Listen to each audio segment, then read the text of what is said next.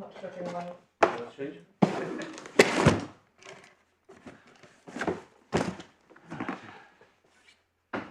Right. So how long do you think this is going to take? Oh, and you can just make sure that you switch your mobile phone off. Yes, thank you. You tell me to. Could be either long or short, I think. I think it's probably right. Probably not anything in between.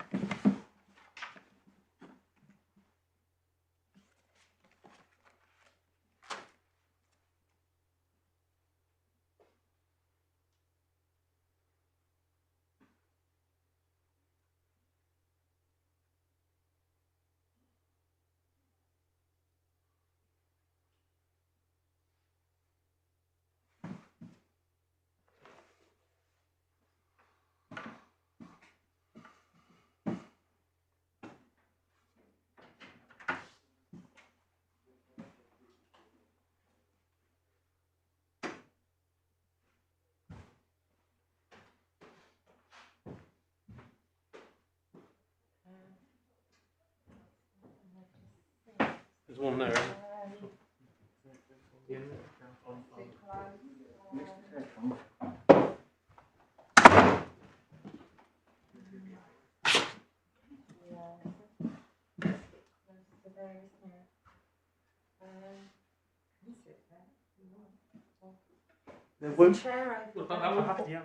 We have the judges outside. Yes, already. Okay.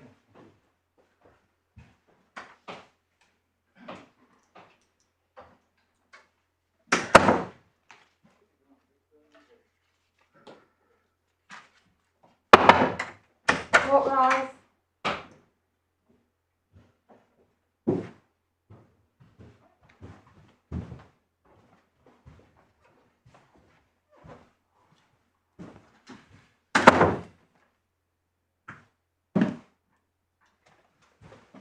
Appeal in the matter of Monsolar IQ Ltd and Woden Park Ltd. Yes. May it please my lord, I appear in this appeal on behalf of the appellant, my learned friends, Mr. Watkin and Mr. Wilcox, appear for the respondent. Yes. Thank you very much for your skeleton arguments and for your helpful the bundles, which we've read what I think are the key documents and refreshed our memory of the relevant authorities. My lord, Some of our memories need more refreshing than others. But my lord, this is actually, the compass of this appeal is actually quite narrow. Yes. The skeleton arguments are quite long. Yes. And with that in mind, what I propose to do, unless there are, and obviously if you've got questions then that's absolutely fine, but what I'm proposing to do is, should we say, romp through and then focus on a few points. So if you could take my written skeleton argument as setting out the substance of my submissions. And so if we start off, there are a few introductory points. The first, and this is probably best done by reference to the lease, which is behind tab 10, the relevant provisions being on pages 80 and 81 of the core bundle. The first thing to note is, as a matter of language, the relevant provisions are clear and unambiguous. They express what is to happen to the rent by reference to a formula. And in relation to that formula, each element of the formula is precisely identified.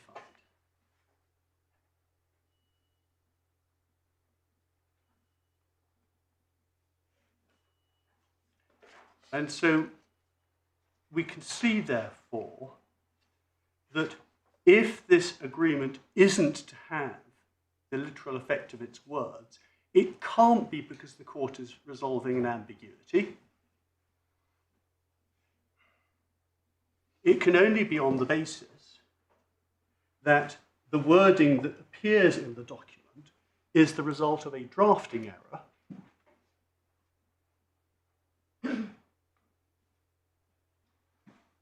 which can, if you'll forgive the colloquial expression, be cured as a matter of interpretation.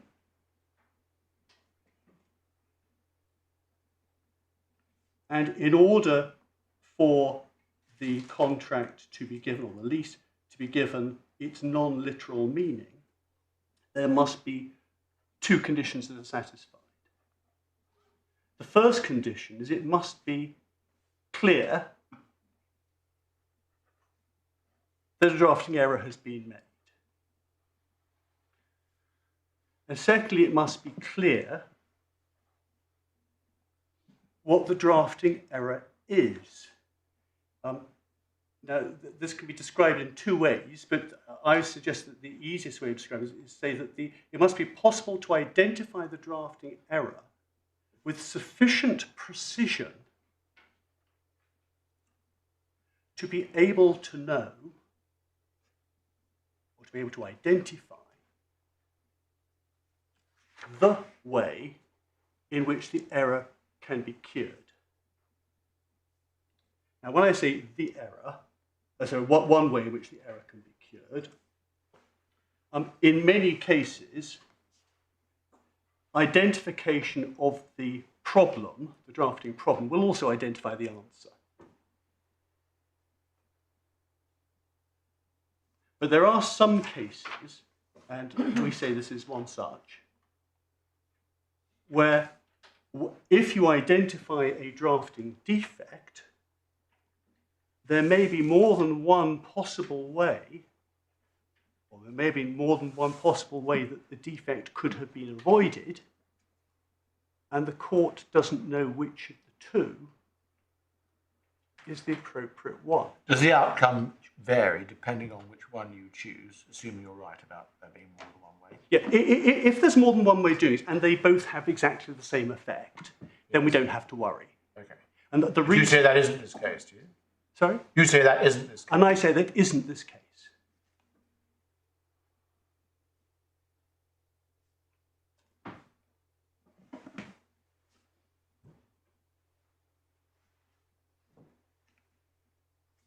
So going back, I say the language of the provisions, relevant provisions, is clear and unambiguous.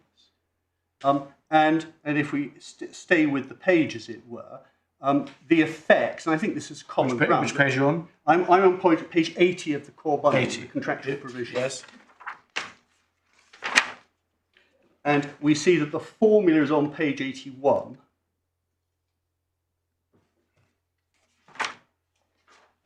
And we see that there are 4 elements of the formula. There's revised rent, which is a defined term. There's then the expression rent payable prior to the review date disregarding any suspension of rent. That is not a defined term. And the other 2 elements are the revised index figure and the base index figure, both of those being defined terms.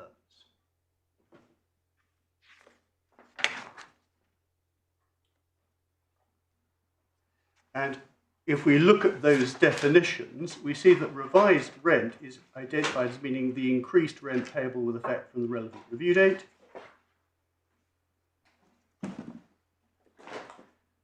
The expression revised index figure is defined as meaning the index figure, which means the figure shown in the general RPI index on a particular date, and that date is 2 months before the relevant review date. And we see that the base index figure is identified as being the index figure published 2 months before the term commenced. Now, the effect of that, the mathematical effect of that, or the arithmetical effect, however you want to say it, is that every time the rent comes to be reviewed, you carry out the following operation. You say, what is the rent payable immediately before review? You then say, what was the RPI 2 months before the review date? You then say, what was the RPI 2 months before the lease began? And the rental figure you multiply by the index figure, by the revised index figure, and you divide it by the base index figure.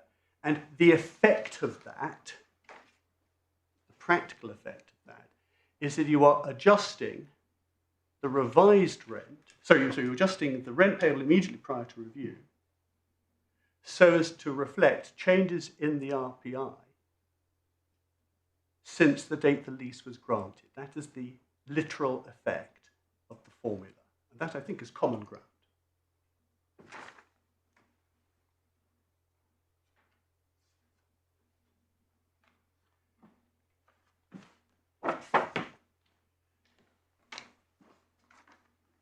Now, obviously, not everyone is as good at maths as other people. And one of the difficulties in this case, and certainly below, was I think that, and it may partly be because everything was done on paper, is that there are a number of points where the judge seems not to have understood the maths. In particular, the judge seems to have thought, I say this by way of background no more, and I certainly criticise him for it, but it simply indicates the fact that some people are better at maths than other people are. The judge seems to have thought that there was a distinction, a practical distinction, if you're simply index linking, so if you're tying the rent to the RPI index. He seems to have thought that there was a difference between index linking the original rent in line with changes in the RPI and since the date the lease was granted, and the process of taking the rent that was payable before review and index linking that by reference to changes in the RPI since the date the rent was last fixed. And so there's a whole paragraph in his judgment which explains why he thinks one has a better commercial result than the other. As I say, that is a matter which we have to get out of the way because he's simply wrong as a matter of mathematics. There's no dispute about that, is there? There's no dispute about that at all, no. But obviously what it does mean, of course, is that in a sense it's almost easier to start afresh than to go through the judgment and see how he analysed it. Obviously we can go to various parts of the judgment. Well, you say that error invalidates his judgment. I'm saying it explains why there was submissions made beforehand down to judgment. But again, that's part of the history. It's not something that actually should affect the outcome of the appeal. There are points that he made, thinking there was a distinction between the two, that actually may support one of my submissions later on. But if you're saying, does the fact the judge made a mathematical error, does that in some way invalidate his judgment? As soon as you said, let's start from scratch again. That's what you said. Yes, well, one was interpreting a document. Obviously, I'm in your hands. But what one would normally do, I would suggest, is form one's own view about what the contract means, perhaps getting assistance from the way the judge analysed it, because the question, of course, is what does the thing mean? Well, you take whatever course you want. Yeah, thank you. So, as I say, that's something which has, in some way, complicates matters, because there are various parts of the judgment where where he says things that may, in one sense, not make sense, but there may be a core of truth or a kernel of truth in what he says. So, as I say, we say that the effect, the literal effect of this, is that each time you have a rent review, you update the passing rent before review by reference not simply to changes in the value of money since the date the rent was last fixed, but to changes in the value of money since the rent was first fixed. Now, obviously, that is going to have a significant effect on the amount of the rent. This is what could be described as a very landlord-friendly provision, because it provides essentially that the rent will go up by multiples at some point. Have you got calculations of sort of how? Well, the difficulty is the impact. Well, the problem is it's a little bit like all those graphs one sees in relation to COVID. And it's very similar, because in this case, the R number is the amount by which inflation has increased since the date the lease was granted. And obviously that will change as time goes by. So in the judgment, there is a graph that proceeds on a number of assumptions. And what it tells you is that the curve is one which, it's like any curve which involves taking a number and multiplying it to various powers. You end up with the curve that goes up, and it will tend towards infinity with time. But having said that, if you were to prepare a plan which shows the effect of the RPI over time, you would get the same basic shape. It would just be a much more shallow curve.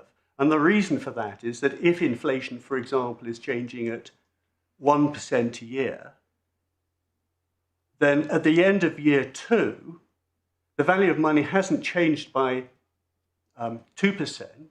It's actually changed by 2.1%. And this is again a point that just doesn't actually, he may have been trying to simplify it for the unlearned reader, but it may also be simply because he didn't quite understand the maths here. If inflation is going at the rate of, let's say, 10%, then after year 2, it's going to be 1.1 squared. After year 3, it'll be 1.1 cubed, and so on. And that is why the curve will inevitably tend towards the ceiling. It's because of the mathematical function. And that is true, isn't it, for essentially any rate of inflation? Absolutely. Even if in the later years inflation must be negative. Yes, that's right, absolutely. Now, so that's one point to make. So what the complaint that the tenant makes isn't essentially about the shape of the graph, the basic shape. What it says is that during the currency of the lease, bearing in mind what it says are sensible expectations of inflation, the rent will go up to millions of pounds a year. And there is an element of truth in what it says, on its assumptions. We're not challenging their maths. But it's right, isn't it? Please correct me if I'm wrong about this. That in the later years, under the literal interpretation of the formula, if the RPI was to go down in 1 year, the rent would nonetheless go up. That's right. And the reason for that is this, and this again, it's a matter of understanding the maths. You are still in one. I'm not so much worried about the maths. Well, no, I am worried about the maths. Okay, all right. Well, because it's the point. I don't think the maths ultimately aren't going to be the problem here. But no, they're not. No, but they are, and hopefully they will help understand the question, or to focus on the question, because what you're doing, as I said earlier on, there is no mathematical difference if you're simply index linking. And obviously, we have to come on to later on whether this is an index linking clause. But if you're talking simply about index linking, then there is no mathematical difference between adjusting from the date of adjusting the original rent by reference to changes in the value of money since the lease was granted, or carrying out the process where you review each later rent by reference to changes since that rent was last reviewed. There's no mathematical difference. And one of the consequences of that is this, that if we go back to your example, let's say there have been 10 years when the inflation's gone up and 1 year when inflation goes down, then the position would be that mathematically you are adjusting for the fact that the rent has gone down in that 10th year. But the problem is you're also adjusting for the fact that the rent's gone up in the previous 9 years. So the rent would go up, but not as much as it would have gone up if the RPI hadn't gone down. Well, it depends how much the RPI has gone up in the 9 years and how much the RPI has fallen in the 10th year as to which. Isn't this an illustration of Mr. Watkins' point, Mr. Wilcox's point, that this is essentially an absurd formula as drafted? Well, I think one has to be careful when talking about absurdity.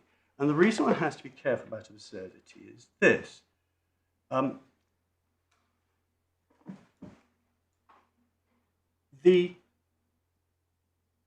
Whether or not a provision is absurd, the first thing one has to ask oneself is, where does that fit into the analysis when working out what the provision means? But there's an anterior question is, well, how do we tell? What is the test by which we decide whether or not a provision is absurd? Because it's very easy to talk in general terms about absurdity. The problem arises when you then actually get down to the facts, because there may be grounds for saying that something is absurd which arise not from the overall effect of the provision, but arise from the context of the lease itself. Now, both here and below, the respondent has put great store by the fact that there's no commercial justification why the parties might have agreed to a rent review, which produces the effect we've just been looking at. And so we need to ask ourselves two questions. First of all, how odd is the effect of the provision? I think you may have formed a provisional view on that, but we need to look into that. And secondly, if it is odd, what does that tell us about how the provision should be interpreted? And so I'll be dealing with those in a moment. Okay. Once I've done those, I will then go on to what we say are the two important questions in this case. And the two important questions are, one, is it clear that the provisions contain a drafting error? And the second one, if it is, can the error be identified with sufficient precision for it to be clear, objectively speaking, what the parties actually meant? So let's look at, first of all, how odd is the provision? And the first point to note is this.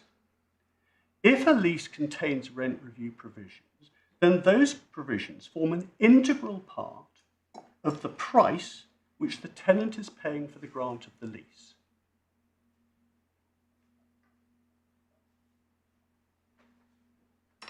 Two things flow from that. The first is that although there may be a general expectation that the underlying commercial purpose of a rent review clause is that the reserved rent should keep pace with changes in the value of property and the value of money, that expectation can be displaced by unambiguous language. And the reason I say this is because we know that because the law reports are littered with cases where landlords have drafted provisions in the hope of achieving a rent review which increases the rent by more than change in the value of money and the value of property. And in those cases, the courts have considered whether the landlord has succeeded in its objective. And in all cases, the outcome of the case turns on whether the language of the provision is unambiguous. But here, of course, it's common ground that the provision is unambiguous. And so what is sometimes referred to as the presumption of reality in rent review clauses, that is rebutted here.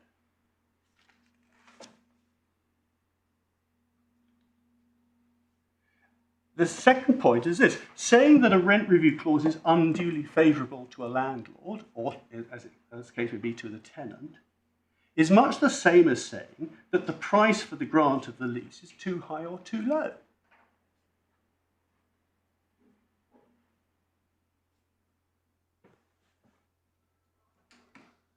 But what we have to remind ourselves, of course, is that if there are curiosities in a rent review clause, you can't ask yourself whether those are absurd or uncommercial without understanding the entire bargain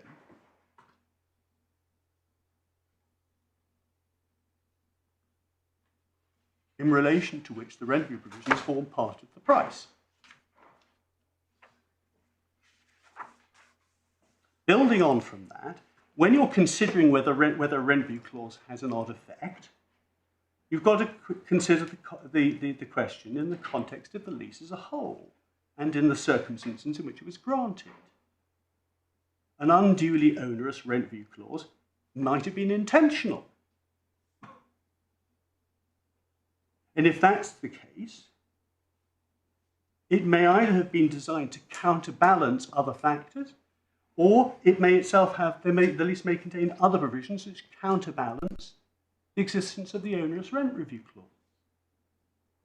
The two most obvious examples are these. If the starting rent was a concessionary rent, then the normal commercial expectation would be that the purpose of the rent review clause would not be to perpetuate the concessionary rent, but at some point to give the landlord a higher rent. And so if it were the case that these premises were let at below market value, that would explain, in whole or in part, the reason why there is a very landlord-friendly rent review clause.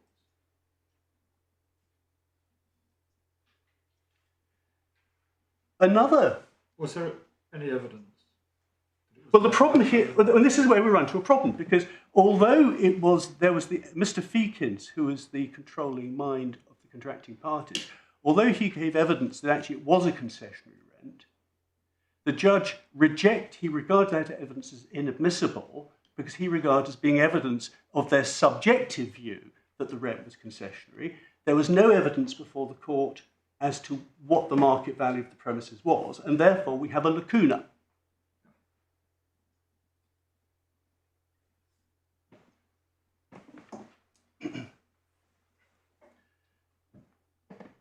We also know, and this is the reason I mention it, that this lease contains a tenant's break clause. Yes. And it will be noted that this is a tenant's break clause which is operable at any time during the lease on the giving of, I think it's 6 months' notice. Which clause is it? I had a horrid feeling you were going to ask for that.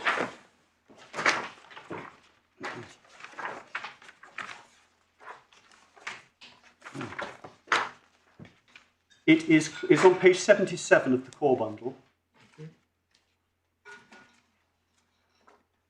It's 2.1 and 2.2, if you read the two together.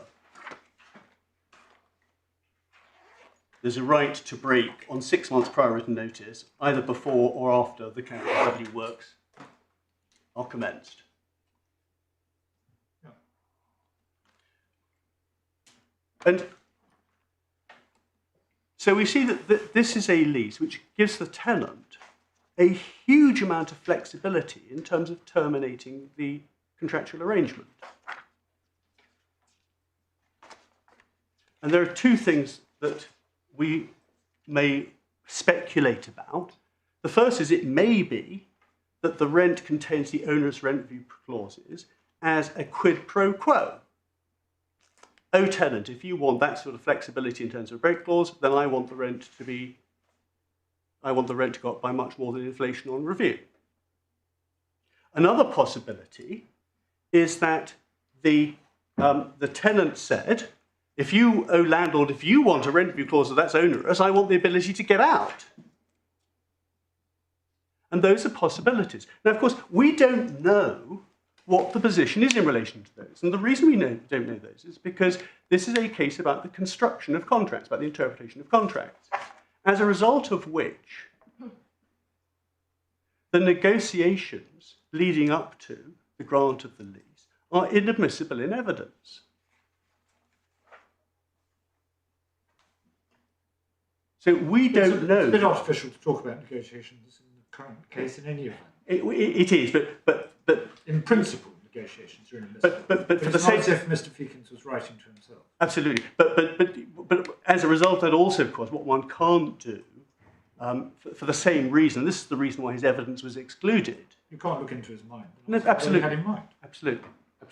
Because but the point is, it's his subjective view. And so, If the notional parties negotiating this lease, if that's the right way to look at them, had intended a quid pro quo in either of the senses which you've indicated, you'd expect to find some indication to that effect in the lease, wouldn't you? No. They're found in, the provisions are found in two different schedules with no apparent link between them. It would be rather important. my lord, no. There are times, and this is a question that when rent review clauses were less sophisticated than they are now, there were cases that came before the court about whether or not time was of the essence for carrying out certain steps in the rent review. And one of the points which frequently arose there was the interaction between the rent review and the date when a tenant could operate a break clause. And so far as I can recall, in almost all of the cases that came before the court, there was nothing in the break clause that told you it was linked to the rent review, except when you look at the dates. So leases don't contain recitals about why provisions are there. And it would be, I suggest, folly to draw any inferences from the fact that the lease doesn't explain that there is linkage. The point is this, it really comes back to the central point, which is this.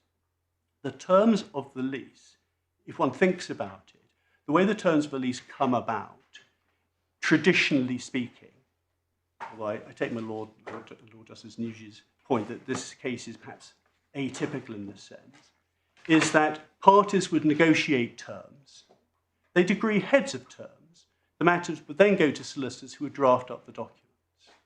Now, there are some types of provision which you would never expect to see mentioned in the heads of terms. For example, what the lease should say about the service of documents, things like that. Normally, you'd expect those to be pure matters of conveyancing mechanism, which will follow on. But there'll be other provisions which are central to the deal. And the point I'm making here is essentially this, that when you're dealing with a rent review clause, you do not know. If you think it's odd, you don't know why it's odd. You don't know whether it's odd because the parties reach an odd bargain, or whether it's odd because they reached a sensible, what you regard as a sensible bargain, and the draftsman then messed it up. And the reason why that's an important distinction is because the area of law we are looking at is not concerned, is expressly not concerned with correcting the parties' bargains. And that's why the only errors which can be corrected under these principles of law are errors of drafting. And so my central point in relation to the commercial effect of the rent review clause is this. I would accept that it's an unusual provision. I would accept, therefore, that anyone reading this who notices this provision would ask themselves whether or not there has been a drafting error. But what I also say is that the commercial oddness, if that's how you look at it, of this provision cannot answer that question. It may be part of the context in which you consider the answer, but it cannot itself answer the question. Can I ask you, since we're looking at the negotiations or lack of them, there's a passage in the judge's first judgment in which he recites what the evidence is from Mr. Feakins, including the fact that he himself drafted a lease and took the form of it off the internet, and the fact you've already referred to, that there was a concessionary rent and there was a quid pro quo, and he said that it was deliberate. And then the judge says, most of this is plainly inadmissible. Do you have any submissions as to which, if any, parts are admissible? Well, I think what he's... That's paragraphs 21 and 22. Thank you. The way I have read that, and I don't know if this is...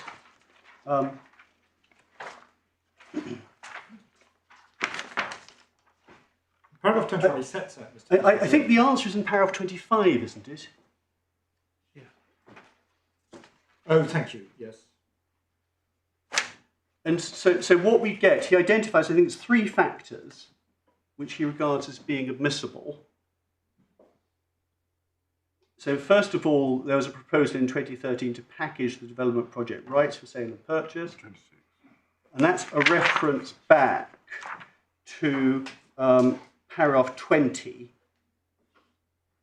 where you see he says the tenant was incorporated as a single-purpose vehicle to hold the lease of the land as part of a structure to enable the sale of the project development rights. He says in May 2013 he was approached by brokers for large-scale solar farms who wished to broker a sale of the project development rights on the land, and then he identifies the scheme of that. And so if we look at the first and the second of the findings of fact the judge makes, basically he adopts or he accepts the evidence as described in paragraph 20. And then third, he refers to the fact that the landlord and tenant were both companies essentially under the control of Mr. Feakins. Everything else he regarded as inadmissible, as we see from paragraph 26. What is the consequence of it not being an arm's length transaction? I mean, having said that is admissible. It says, what weight, if any, should be on those facts, and that's which I'll return. What does he... Well, I think essentially, I made something of his analysis about the arm's length nature in my skeleton argument. My learned friend's response is to say, well, actually, when you look at the judgment, in the end, the judge didn't draw any inferences from the lack of arm's length nature at all. So I'm just trying to find the paragraph. Do you have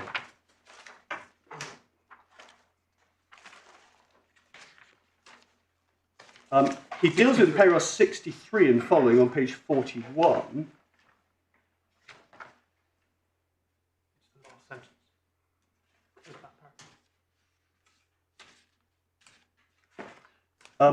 But he then goes on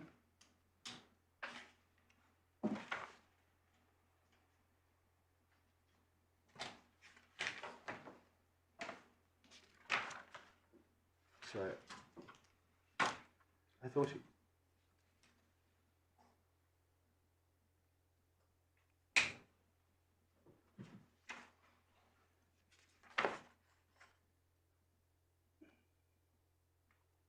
No, 65. 65, is it? Last sentence is 63 and then 65. Oh, yes, that's right, yes. Yeah, we see. I think in the end, he says it doesn't matter. I think he says it doesn't matter, exactly. And if he says that, we're not going to challenge him on that. There's no respondent's notice. And so we can forget the fact that the two are related companies, because although an interesting part of the factual matrix, it doesn't actually have a bearing on the outcome of the case. What about the point, I mean, in some of the authorities, there's a reference to professionally drawn contracts. Is the fact that Mr. Feakins drew it himself, and I assume he's not a lawyer, is it admissible? Is it of any relevance? Well, the difficulty is that the judge seems to have ruled it inadmissible, but I'm not sure, again, that makes much difference, Simply because when one looks at, I think what you're thinking of is largely what Lord Neuberger says in Arnold and Britain. Well, I think it also... But it comes up elsewhere as well. It recurs in Woden Capita. I think one doesn't expect mistakes, particularly in... But that is looking principally... And it's always difficult when describing different features of what's essentially a unitary process. It's always difficult or dangerous to compartmentalize things too much. But subject to that caveat, when one looks at the approach taken by Lord Neuberger in Arnold and Britain, what he is looking at there is essentially what I would call the normal process of interpretation. That is, finding what the meaning of the words used is, as opposed to identifying whether there has been a drafting error. Choosing between rival interpretation. Absolutely. In your case, and I think this is common ground. Common Absolutely. ground. This is not a case of choosing between rival interpretations. No, it's a case of what one might call Chartbrook mistake. Absolutely. Nothing. Absolutely. And that's the basis on which the case was presented before the judge. It's the basis on which the judge dealt with it. Basis on which the judge dealt with it, and he couldn't have dealt with it on any other basis anyway, because as I say, when one looks at the language admits of only one linguistic interpretation. Which means that if one's saying that's not what the document means, the reason is not because you're saying that the words mean something different. The reason you're saying is because anyone who looks at those words would know that the wrong words have been used. Yes. Are you coming back to paragraph 63 at some point? If you've got a question, then I'm very happy to at some point. I mean, this is now is a convenient moment for me. Well, do you accept what the judge says in paragraph 63?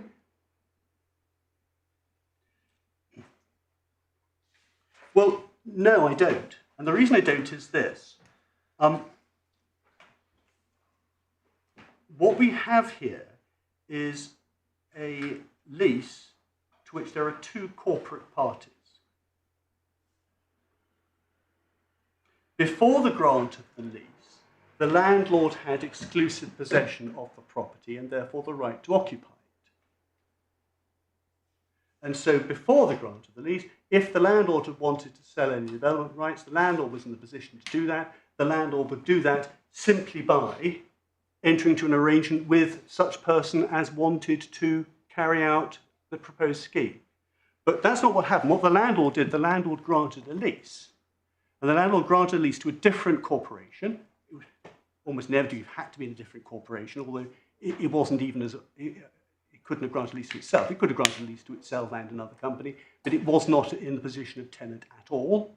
So it grants a lease to a different company, as a result of which the right to vacant possession and the ability to implement any development proposal essentially passed to the tenant.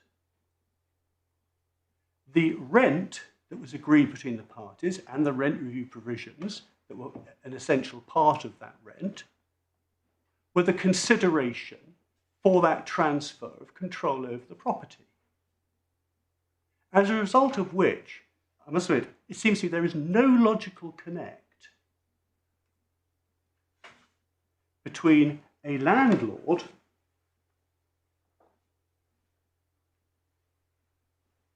granting a lease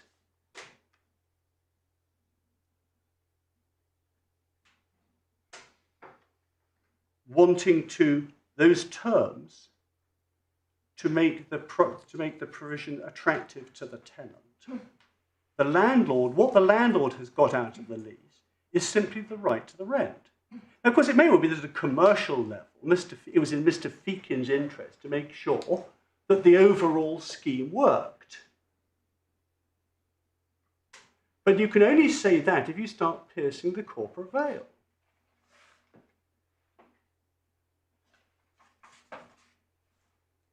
what we are interpreting here, as I say, is a commercial arrangement between two companies.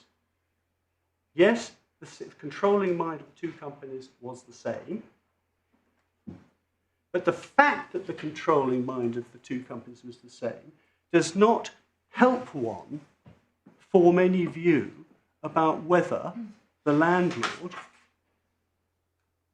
wanted the lease to be tenant-friendly. I hope you don't mind my using the expressions landlord-friendly and tenant-friendly. It's a convenient label for me. But basically, what I'm referring to is if provisions are landlord-friendly, they give the landlord Yes. a right that's more than it might otherwise be entitled to. And likewise with the tenant. So, so it seems to me that paragraph 63, there is no connect.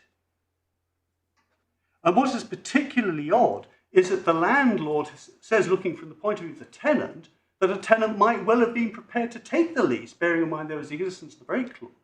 And the person that the judge seems to find difficult imagining, sorry, the thing that the judge seems to find difficult imagining, is the landlord granting the lease.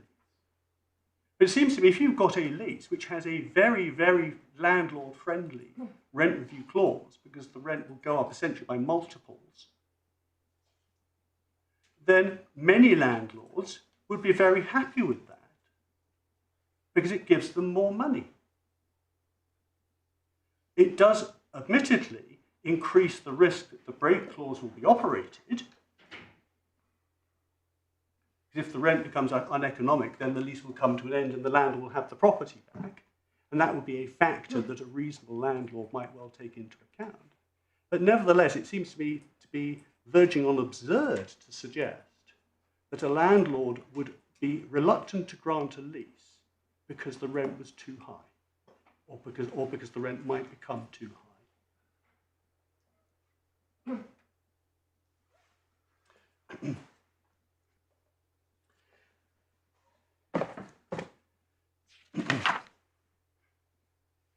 So we now really pass to the second of the preliminary questions, which is if this is an odd provision, then so what? And then going on to the two questions in the Eastern Pantiles line of authority, or the Chartbrook line of authorities. And the point I make in relation to the commercial absurdity is this: if you take the view that the provision is so weird as to be commercially absurd, then what I say is this: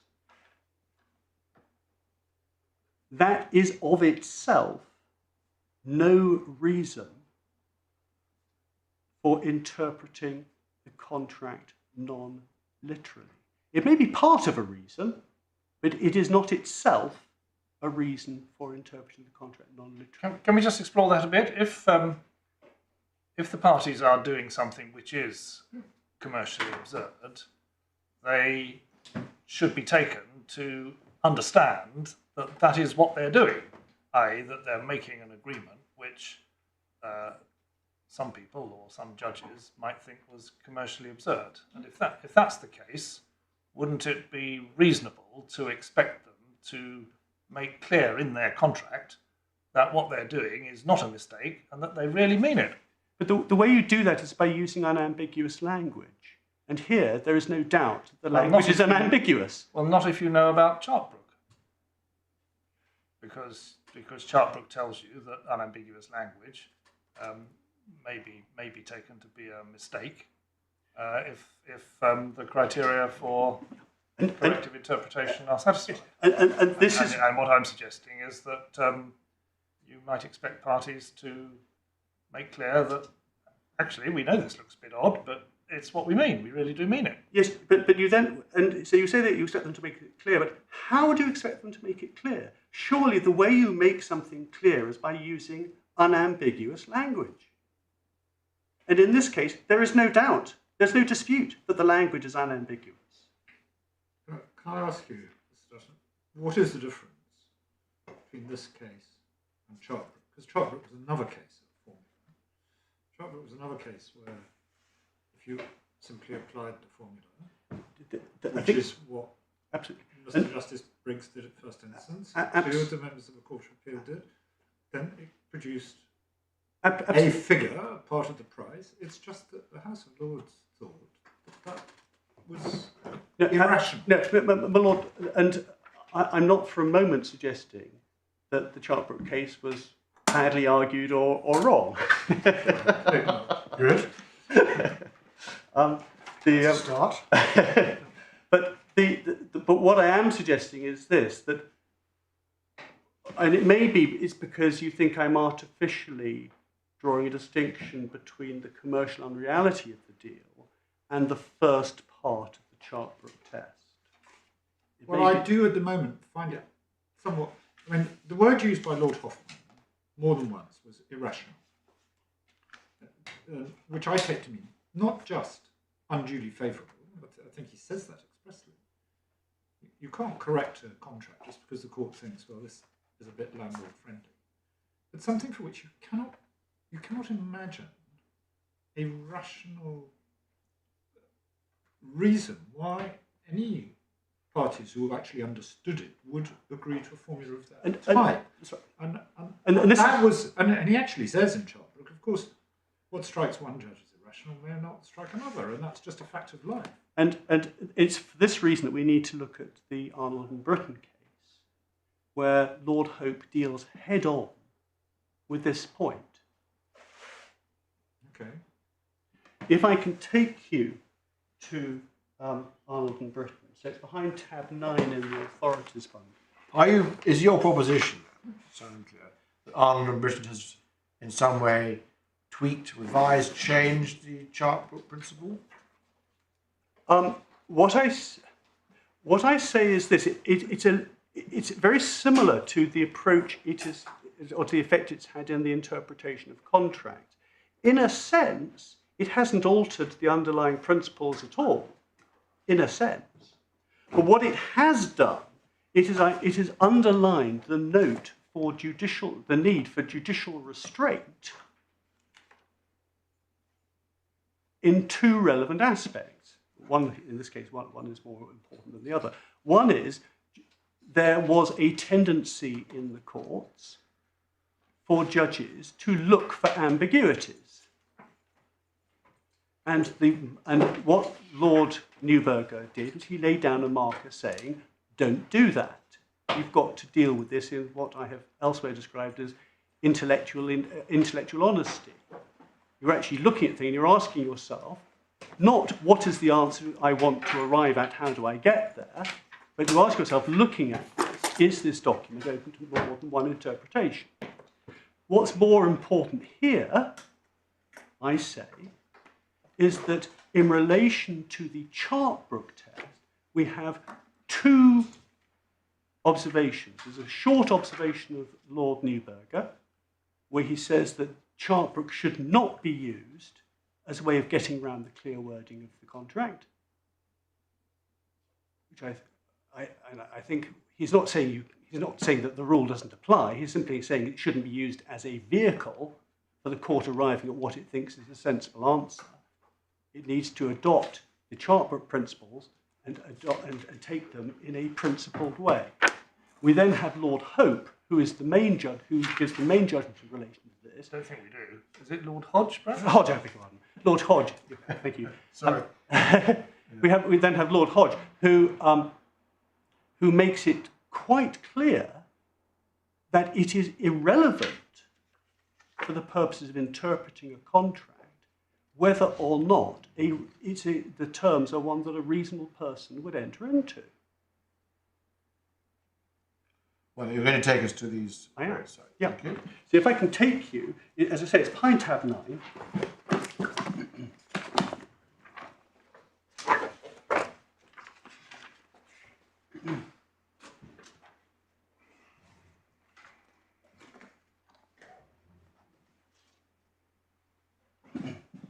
Yeah.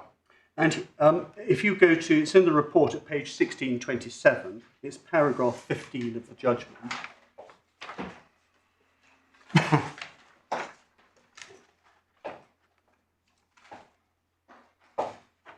where the judge refers to the Chartbrook case,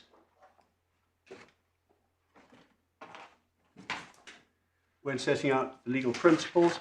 And we then see over the page of paragraph 17,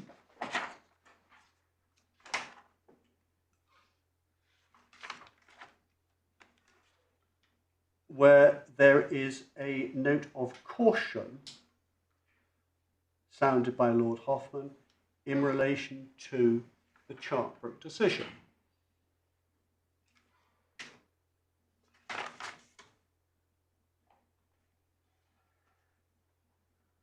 So that what Lord Neuberger is saying, and I would say suggest saying quite clearly,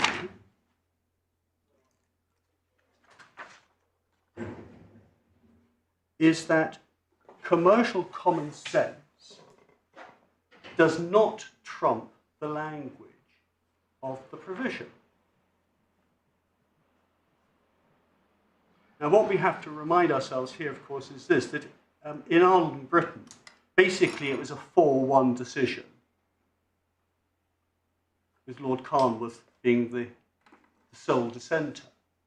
There are 2 lead judgments, but those 2 lead judgments each represent the view of the majority of the Supreme Court. And we get that because Lord Hodge and 3 of their lordships agree with Lord Neuberger. We see that Lord Neuberger agrees with Lord Hodge, but the agreement of the other 2 lordships with Lord Neuberger includes his agreement with Lord Hodge. So essentially, the reasoning of the Supreme Court is divided into 2 judgments, which largely deal with different aspects of the case before them. So you're going to take us to Lord Hodge. I am indeed. And so if we go, the paragraphs which have been flagged in the margin are paragraphs 76 to 78.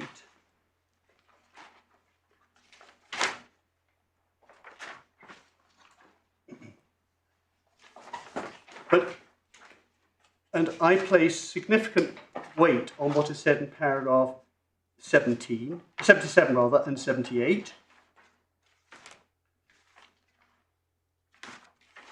But when looking at those paragraphs, one has to bear in mind the submission that these paragraphs were addressing. And that submission is set out in paragraph 67 of Lord Hodge's judgment. And if I could therefore ask you please to go to page 1638.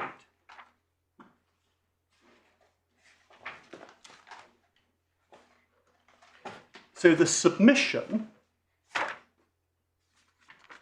was that the risk of inflation falling below 10% would have been off. Just to explain, the Arnold and Britton case was a case where a fixed amount payable by way of services was expressed to increase by 10% per annum. And the point that was being raised by the tenants was, well, inflation has been much less than 10%.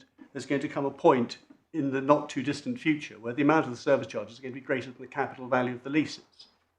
That was the context in which this arose. And so what counsel for the tenants contended was that there was a real risk that inflation would be substantially below the 10% by which the service charge was going to increase each year, and then B, no reasonable person in the position of the parties looking at the leases in the entirety of context would understand them to have intended that the tenant should assume that risk.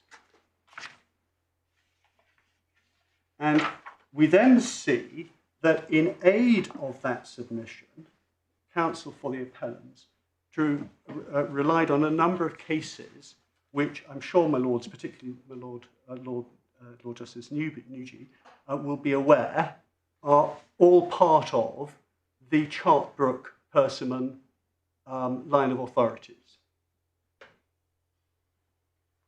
And we see he goes through those cases. And what is notable from his summary of those cases, that's Homburg-Houtenport against Agrocem, which is, I think, the only judicial excuse for introducing the expression homo utiluton Chartbrook and Persimmon, and then in the same paragraph, KPMG and Network Rail.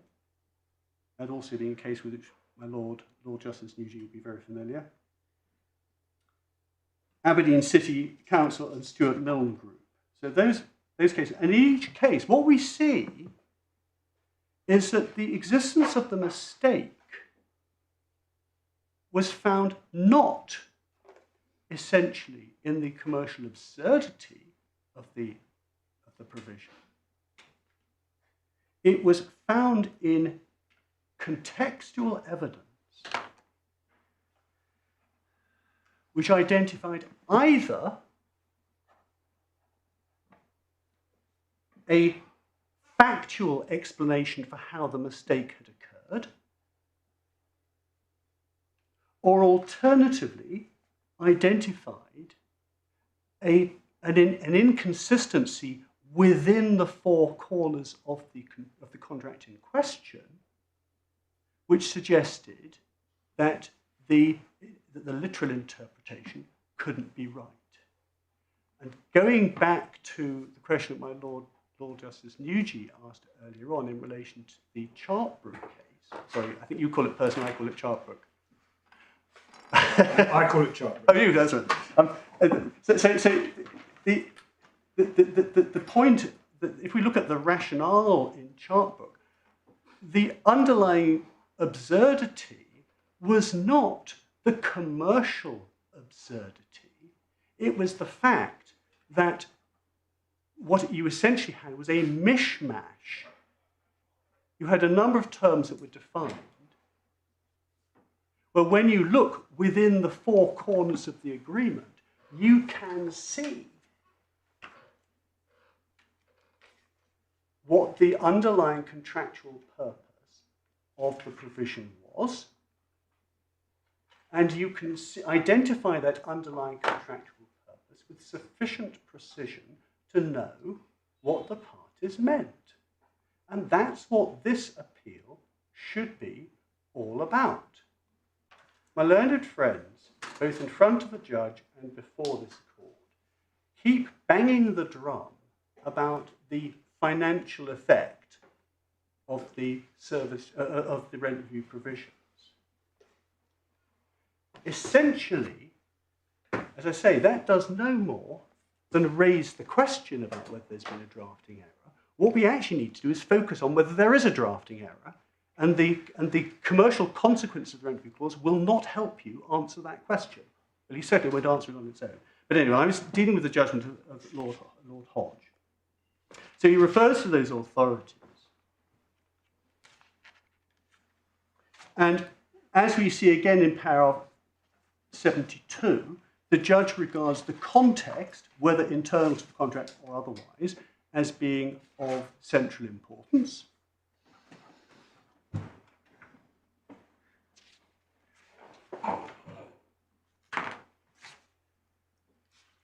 And we then turn to paragraph 77.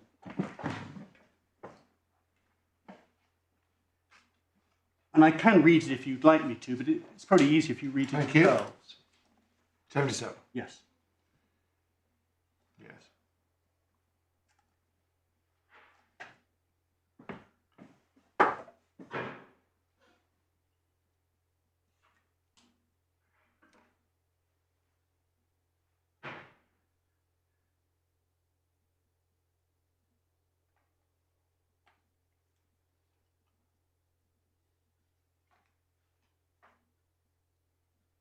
Thank you.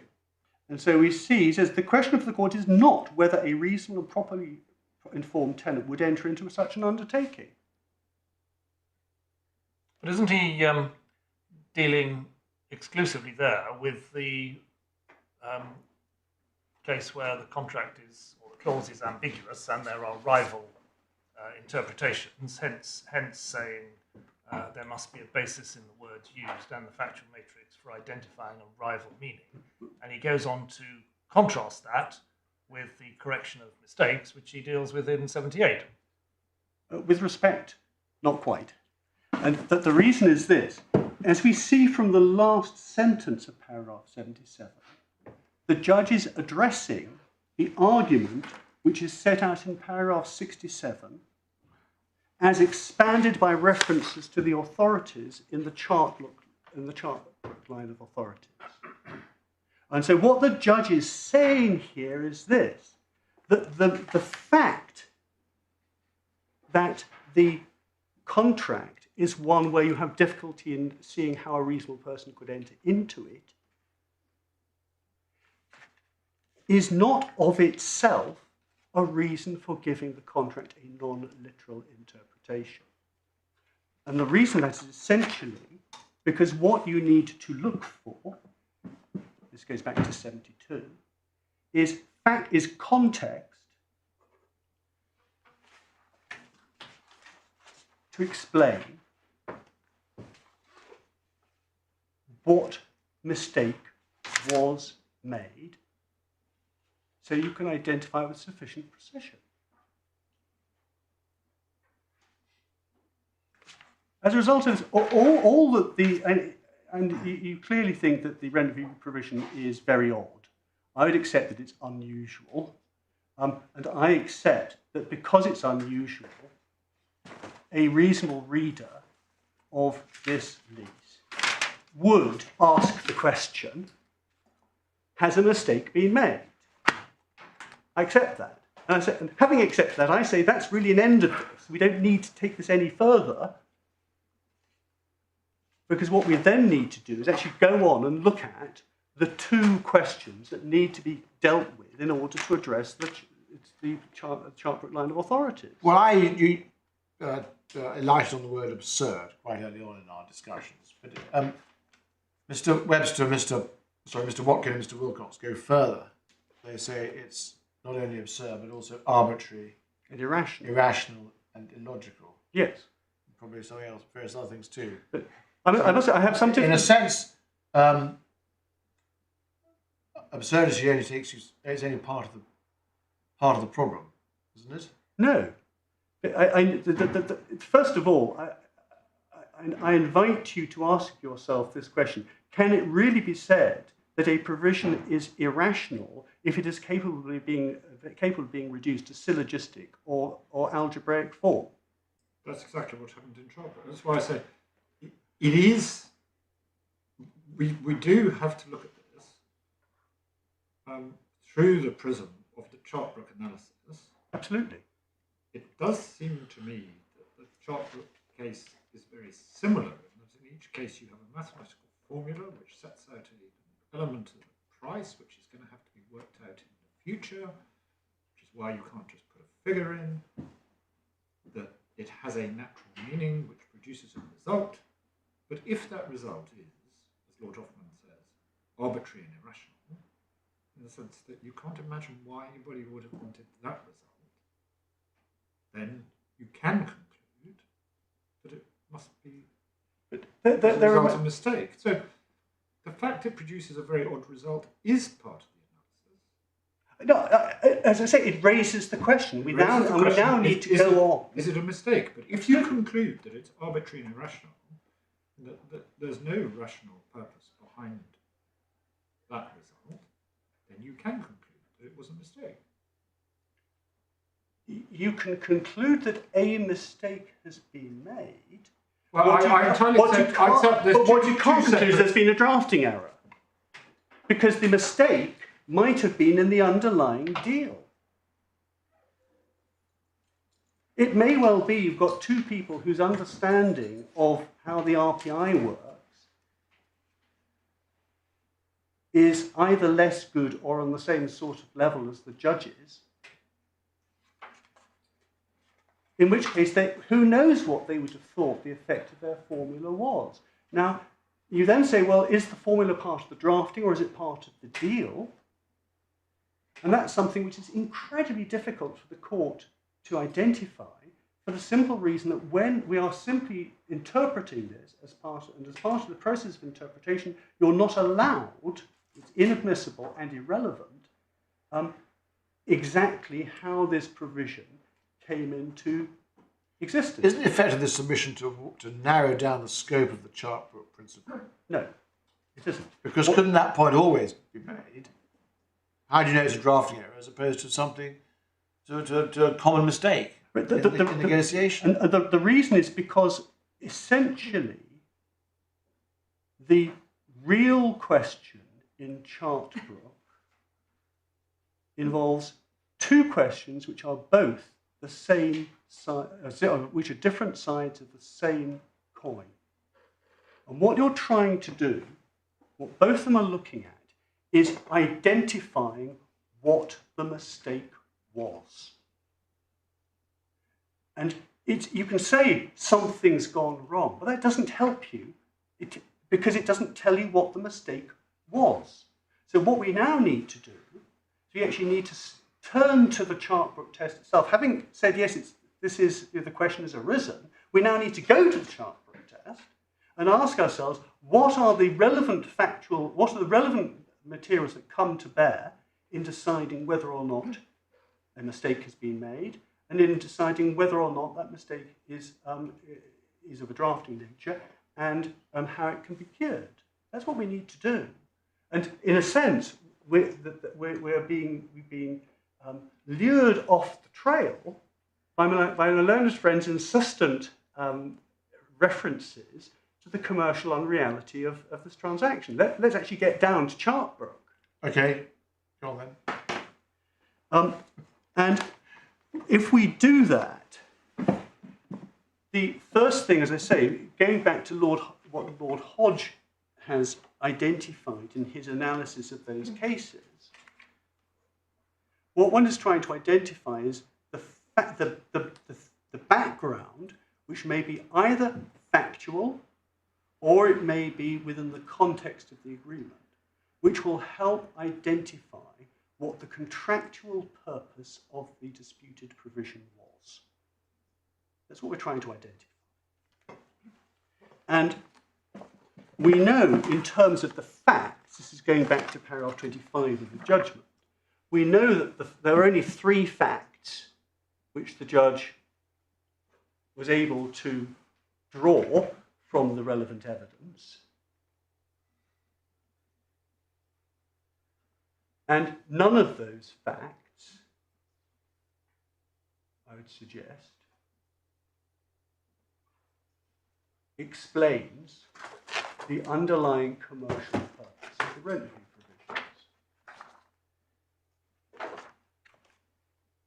So we're in one of those classic situations where, yes, there's a factual matrix, but it doesn't really help. What we therefore need to look at is what indications there are within the contract itself about what the contractual purpose of the provisions was. And when looking at that, the choice is something that can be described as with a number of degrees of specificity. And this is, I would suggest, where we run into trouble, or rather, where the respondent's case runs into trouble. Because if you take the view that anyone looking at this agreement would think that can't be what it means, and would therefore look at the provisions more closely, there is only really one provision which would be of any relevance. And certainly there's only one that was drawn to the judge's attention and which he referred to. And that, if you could please go behind tab 10 again, is Schedule 6, paragraph 4.2 of page 81.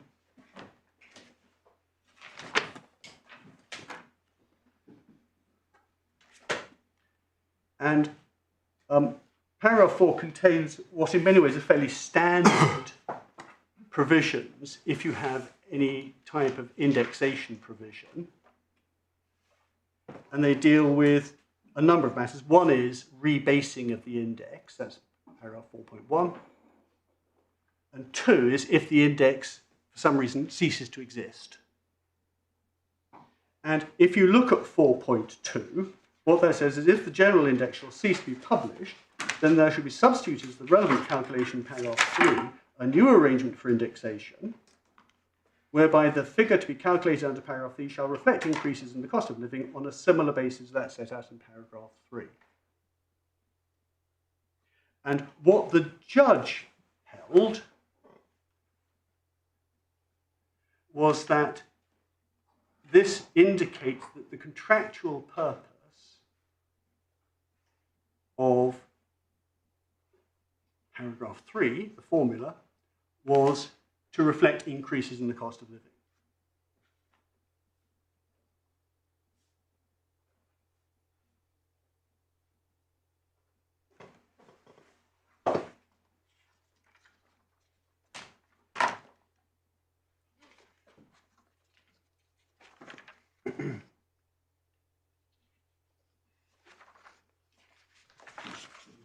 And if the judge was right about that, then it does follow, doesn't it, that there is a drafting mistake in paragraph 3 because it doesn't do that. It reflects them in a very distorted way. Well, that then raises the question, well, what do you mean by reflect? Does reflect mean exactly replicate? Or through a glass darkly. Or through a glass darkly, yeah. And the matter is not helped by the fact that it doesn't say, simply say the figures should be calculated, shall reflect increases in the cost of living. It doesn't just stop there. It goes on and say, on a similar basis to that set out in paragraph 3. Well, doesn't that show an understanding by the parties, which in fact is mistaken, that paragraph 3 does reflect increases in the cost of living? Well, what it suggests is that paragraph 4.2 is actually telling you rather less about the purpose of paragraph 3 than it might have done. Because it doesn't say, once you bear in mind those final words, on a similar basis, what it's making clear, I would suggest, to any reasonable reader, is that the paragraph 3 is a formula which uses the RPI when calculating the revised rent. And what 4.2 is simply saying, well, you use, if the RPI goes, then you use the substitute index in the same way as you would have done before.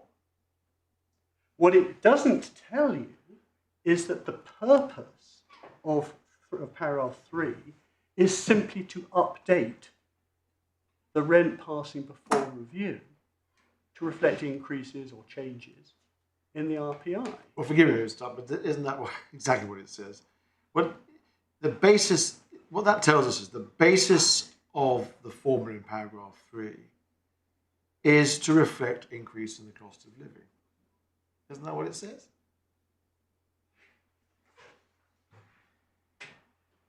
Well, we have to remind ourselves that the problem here isn't that the paragraph 3 doesn't reflect the cost of living. The problem is it reflects other things over the relevant date. The problem is it reflects other costs of living changes as well. That's the problem. So it is true that even on a literal interpretation, paragraph 3 does reflect the cost of living and does reflect increases in the cost of living. The problem is not that it doesn't reflect those increases. The problem is it reflects those increases over a period of time which is longer than the tenant would like it to be. I think it depends, as one of my lords said. Well, I think you said, it depends on what you mean by reflect. And the literal meaning of reflect is to bend backwards, and that's what happens in a mirror. And if you hold a mirror up to RPI, you expect to see the same pattern on the other side. What you're saying is, you can hold up a very distorting mirror, one of those ones you see in fairgrounds, which produces something which does bear some relation to increases in the cost of living, but it's certainly not a straightforward reflection of the cost of living? No, but now let's just, and I know we can play around with this, and you may find this is of little assistance. But let us say that you've got a hall of mirrors, and one of the I'm going to regret this. Yes, and I think I do already. And if you haven't, I'm very disappointed.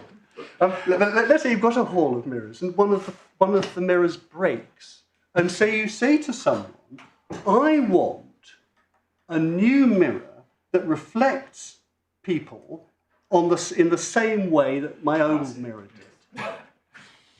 Well, I see the way you put it. Yeah, exactly. And it's a short point, and it's not my biggest point, because the real problem in this case is actually in trying to work out how if there is a problem, if there is an error, how do you correct it? That's a different problem. That's your second stage. Absolutely, and that's in many ways that's my more important point. And the first point is ultimately a matter of impression. I don't think I can say anything more. So you say 4.2 doesn't assist? I say it doesn't. Essentially, because when you look at it, it is clearly a handmade to paragraph 3. That's the first thing.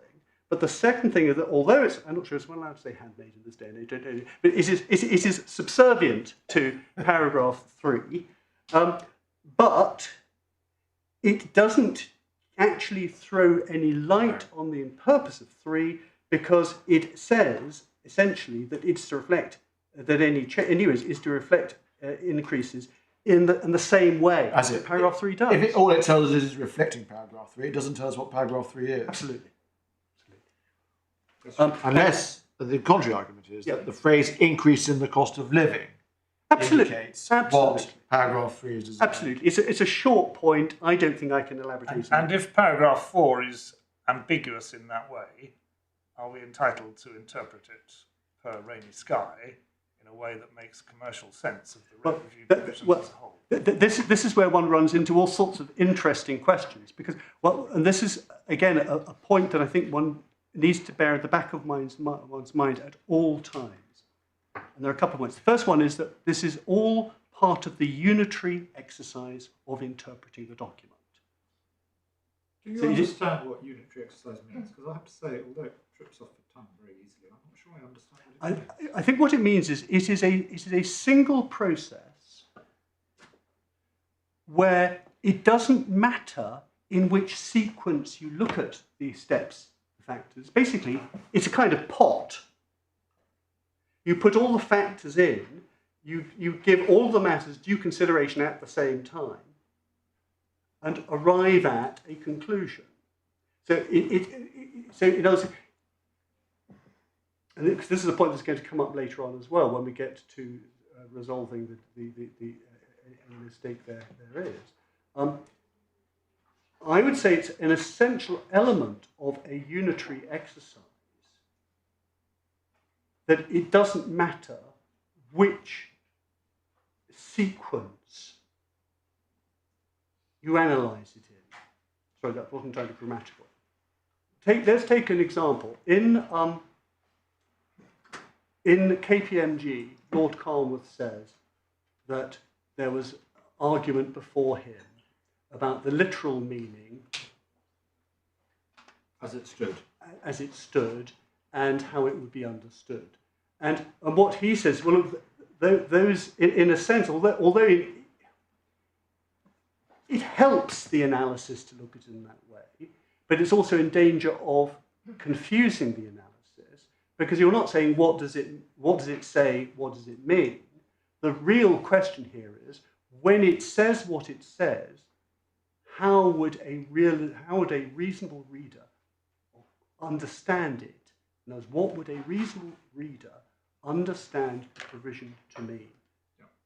And if you look at it in that way, coming back to your question, the position is this. What we're asking ourselves is this: if a reasonable person who knows the factual context in which the lease was granted, and is aware of the terms of the lease, if they were to look at this provision, what would they think it means? That's what we're asking ourselves. And we start off on the basis that they would say, well, it says this. And so maybe that's what it means. Now, obviously, if that person would identify two rival meanings, you would then have to say, well, which one would they think was the correct one? Now, when you get to a situation where there is a mistake, then you run to a slightly different problem, because the Chartbrook test is one that requires not merely a balance of opinion. It requires an element of certainty. It must be clear that a mistake has been made, and it must be sufficiently clear what the mistake is to know the correct way of correcting that mistake. And so when you're looking at this through the eyes of a reasonable reader, if a reasonable reader would have doubts about paragraph 4.2, what it meant, then you would not be able to say that it would be clear to the reasonable reader that paragraph 4.2 identifies a mistake. Having said that, and this is where, if we come back to the drum my learned friend has been beating for so long, but if the provision is one that you think is completely absurd, then it may well be, then when you're asking whether there's been a mistake, you say, well, I'm more tolerant of I'm more readily going to come to the view that there's been a mistake, and I'm therefore going to focus more on whether, on how that mistake could be corrected. And the reason for that is because it's a unitary exercise, and therefore the sequence in which you look at all these various things shouldn't make any difference, the analysis. The fact that you break up various parts, and so you look at various aspects of this, shouldn't itself affect the overall view, because it's one single process. I don't know if that answers the question. That's very helpful. Thank you. And so the only point I'll say about 4.2 now is that's all there is. No one has suggested that there is any other contextual material which identifies the purpose of the clause was in some way to peg the rent to the RPI. But there are a couple of other provisions we need to look at while we're here, because one point that's going to come up when we look at whether we can identify the error with sufficient precision is whether or not this is a provision for upwards only review. And so if I could ask you please go back to page 80 of the core bundle. There are 3 internal indications within the 6th schedule suggesting that the rent was one that would go up and not down. The first is in the definition of revised rent, which is defined as meaning the increased rent payable with effect. The second is in paragraph 4.2, which we've already seen, which says that the figure to be calculated shall reflect increases in the cost of living. And then the third provision is to be found in paragraph 5, which is also a fairly standard provision. Paragraph 5 addresses the possibility that people may not have worked out what the reviewed rent is until after the date the next rent was going to fall due. And so what it says is, if there's a delay in identifying the amount of the revised rent, then the tenant is to continue paying rent at the level that was payable immediately prior to review. That's 5.1. Now, obviously, if you've got a rent review, there's a possibility the rent will go up. And 5.2 addresses that possibility and says that if the rent has gone up on review, the tenant pays the difference. Then the tenant pays the difference. There's a top-up sum payable. What clause 5 doesn't do is say what happens if the rent goes down. There's nothing in there that says that the landlord is to give credit to In fact, the tenant is paying something implies an increase. That's your point. And so those points are worth making at this stage. And if I can throw in a slight googly at this stage as well. I've already referred to the fact that the judge didn't quite understand the algebra.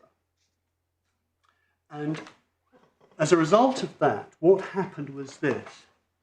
When he handed down his first judgment, and this is before I was instructed in the case, but when he first handed down his judgment, he identified an interpretation of the agreement for which neither party had contended.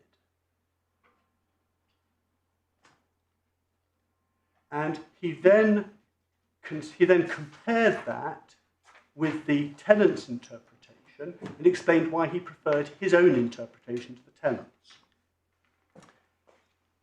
Now, the problem is that as a matter of mathematics, the two interpretations actually result in exactly the same conclusion. But nevertheless, it may be of some relevance if we go to the judgment.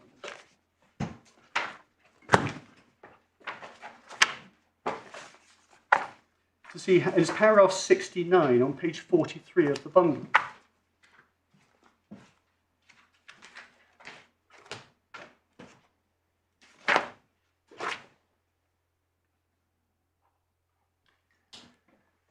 And so what the judge is doing here is he is comparing a provision. So the first thing he's looking at is a provision which simply index links the original rent of 15,000. And that's the tenant's interpretation. And he compares that with his own preferred interpretation, but I can't tell you what the practical effect of his interpretation was because it's the same. But the reason why he says he doesn't like the tenant's interpretation is perhaps is probably some assistance here. He says further, simple indexation, I'm of 6 lines down, as suggested by the tenant, makes no allowance over a 25-year term for increasing the value of land. It reflects the increase decrease in the value of money, but it doesn't actually reflect an increase in the value of land, or reflect an increase in real terms in the lessee's income derived from the land. In a lease containing no profit share for the landlord and an unrestricted tenant-only break option, that would be a surprising rent review provision to include in a lease of such potentially valuable site. I mention those matters because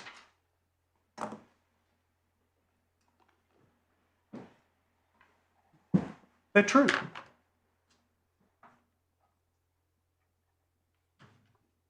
And so when we actually look at the rival interpretations, I will say that actually if one, I accept the judge was saying this in a different context, but if one looks at the judge's reasoning in paragraph 69, that lends considerable support to the suggestion that the underlying purpose of clause 3, if it wasn't correctly identified in the language that was actually used, the underlying purpose was to provide for upwards only increases in line with the RPI. So that if the RPI went down in any particular year, then the rent possibly wouldn't would remain the same. But it's going to go up, isn't it? It's going to go up. If the RPI goes down, and it's certainly, say in the earliest, obviously it went down the first year, but in subsequent years, we've already agreed, haven't we, that the effect of the formula, literal formula, is that the rent will go up, notwithstanding falls in the RPI. Yes, but we're now looking at a different point. That when we formed that view, we were looking at the literal effect of clause 3 as the lease was executed. I'm raising this in a slightly different context because what I'm saying is when you look at, if you take the view there's been a drafting error, then the point I'm saying is that the reasoning that the judge gives there are actually reasons that lend support to the possibility that the intention of the underlying commercial purpose of the rent review provisions was not that the rent should be pegged to the inflation index, but that it was at least arguable that it should be one which only reflected increases but not decreases in the index. Now, how are we getting on? Because I'm sensing this is all part of a run-up to your submission. So we're getting to the meat of your submission. I don't think you need to be too concerned. Well, it depends what time you want to go home, I suppose. All I have left to say, and obviously I will point in reply, but all I've really got left to say is in addressing the question of how do you identify with sufficient precision what the mistake is to know how to correct it. Yes. That will take, I'd have thought, about 20 minutes to 30 minutes. Right. Good. Well, are we there now? We are. Good. So, as I say, the law is pretty straightforward, which is this, that if you know there is... Come on to that. Yeah. Can I understand what it is you think you get out of paragraph 69 and following of the judge's first judgment in support of your submission that the rent review clause was intended to be upwards only? What I get in support is this. The judge seems to have taken the view that if you have a rent review clause whose effect is simply to peg the initial rent to the RPI, then the effect of that will be that over a very long period of time, the landlord will not get any increased rent to reflect the value of land. The landlord will not get any benefit to reflect the profitability of the site. And the landlord is also, of course, in a position where there is a break clause that could be operated at any moment. And those are all indications which suggest, which is what the view the judge took, suggests that the simply pegging the rent to the RPI is commercially a strange result. And the reason I raise that is because if we are asking ourselves... Well, just before you move on, the judge, when one tries to understand what he's doing in these paragraphs, appears to be drawing a distinction between simple indexation, which is what he understood incorrectly the tenants were meant to do, compound indexation, which is what he sought to achieve, did achieve, although we all understand that the tenants' formula also produced compound indexation because the RPI itself compounds every year. Well, no, in which case, that's not how I read it, because that's how I read paragraph 69. Simple indexation, as suggested by the tenant, makes no allowance over a 25-year term, etc., etc. And then 71, having set out his formula, although the effect of this is to compound any increases, it's neither irrational nor arbitrary that the current rental income should be preserved in real terms by an adjustment for the effect of inflation or deflation during the year that has just expired. That's what he said. And it may be that this is also simply unintelligible. But the way I had understood it, and maybe I'm wrong, but the way I had understood it was that when the judge is talking about simple indexation, he is simply referring to what one would normally describe as something that's index linked. Well, that's not how I read it. I read it as a contrast between simple indexation and compound indexation. He thought his formula compounded and the tenants didn't. I'm with you until the one did and one didn't bit. Yes. And so it may be that actually that it's so difficult to work out what the judge had in mind that this isn't of much assistance. But what is clear is the judge envisaged under his formula that the rent would go down in the event of RPI being negative, which we know it was for a few months in 2009. Yeah. Although I don't think it's ever been negative since the 1940s when it was invented, apart from those few months. And possibly now. Who knows? This really brings us to the Trillium case. Yeah. Because the Trillium case bears some similarities to to this present case,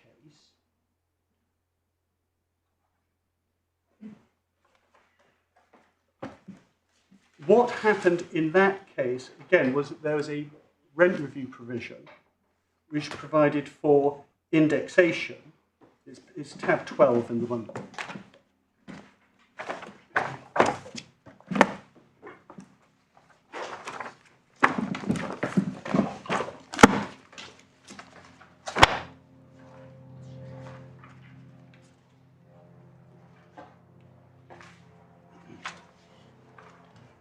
And the rent review formula was very similar to the rent review formula in the present case.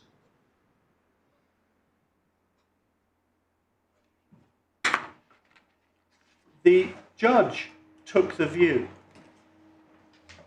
that, in fact, the result, the effect of the literal language wasn't such as to suggest that there had been an error of drafting. So what we're talking about here is all obiter. But nevertheless, the view the judge took was that in circumstances which are very similar, and I'll explain how they're similar in a moment,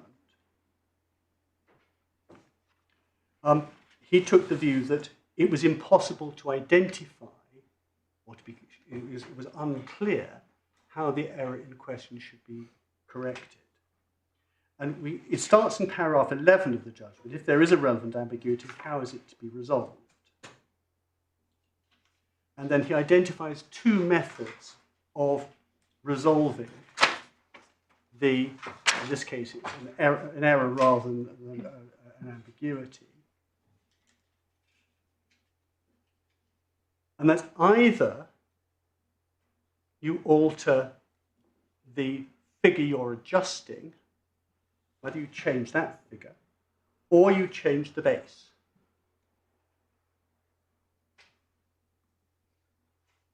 And as we'll see, it's exactly the same choice here. So if I could ask you just to put that to one side for a moment and go back to the lease. And if you look at page 81,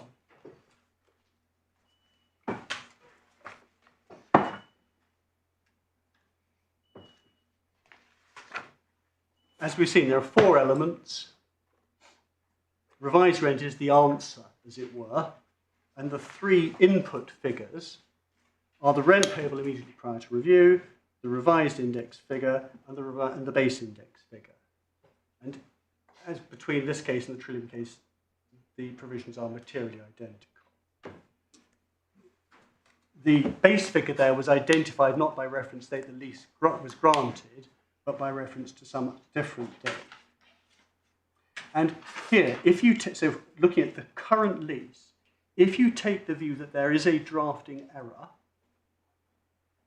then there are a couple of points to note. The first point to note is this. The only way of correcting that error is a way that does violence to the express terms of the agreement. The second point is, as we see from what Lord Hoffman says in the chart book, there is no limit on the amount of red ink that can be used in that.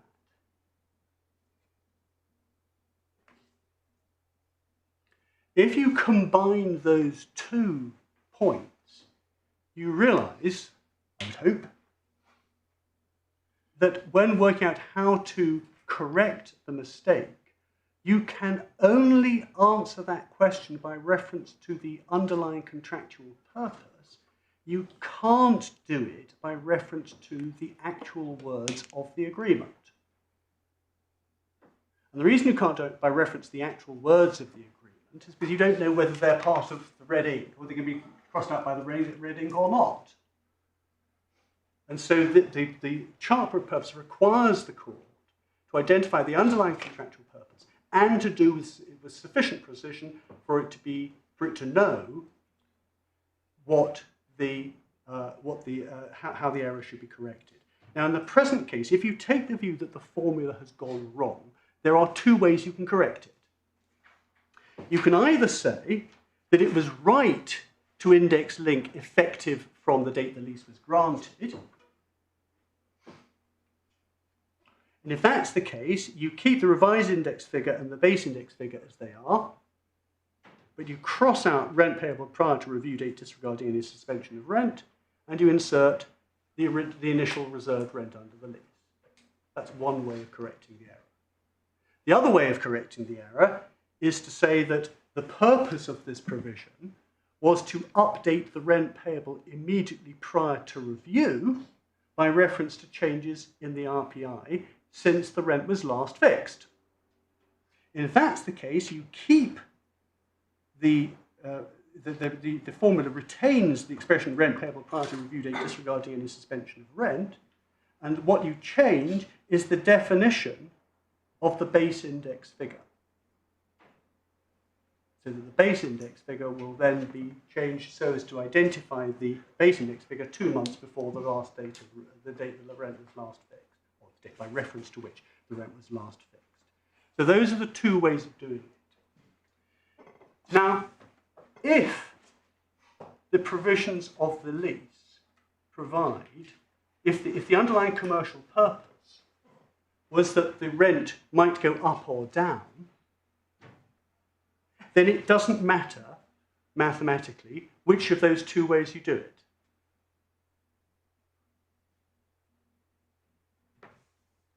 I can explain it to you algebraically, but I think we'd all lose the will to live first. The problem arises if the underlying commercial purpose is that the rent on review could only ever go up, that it couldn't go down. And the reason for that is that it breaks the mathematical connection between those two different descriptions. So that if that's the case, the only way you can find out what the rent is by looking at the rent payable immediately prior to review and updating that. Now, the reason why this matters is this. If we look at the Trillier case, it's exactly the problem that... just before you do that, we have... with the formula as we have it, given its literal interpretation, there is at least the possibility that it could result in a lower rent, at any rate, in the first year. Suppose in the first year there is deflation rather than inflation. The application of the formula will produce a lower figure than the initial rent, and therefore you have the question, is this an upwards-only rent review provision, so that you ignore the formula and simply carry on paying 50. And this is why it's so. I'm sorry. That may be the only instance when you would actually get a reduced figure as a result of the application. Well, if you had a succession of years of reduced figures, you'd probably conceivably have the mirror image of what I put to you earlier. You might never get to a stage whereby the rent got back to the original rent level. So at least it's a possibility under this formula, and you then have a question of construction. Yes, looking at the 3 points you've referred to, and then applying the formula. But still got the question. The problem, though, is that interpretation is a unitary exercise, and because it's a unitary exercise, what you have to ask yourself is, what is the underlying commercial purpose of the provision? You can't place reliance on the black letter of the disputed provision. And the reason you can't place reliance on the black letter of the disputed provision is because you know it contains a drafting error and you're trying to work out what that error is. And so if you use the black letter wording to try and identify what the error is, you run into the error, or into the danger of actually using part of the error, part of the drafting error, in order to work out what the error was. So what you have to do, seems to me as a matter of basic principle, you can't. This is what the judge fell into the same error that I think you're tempted to commit.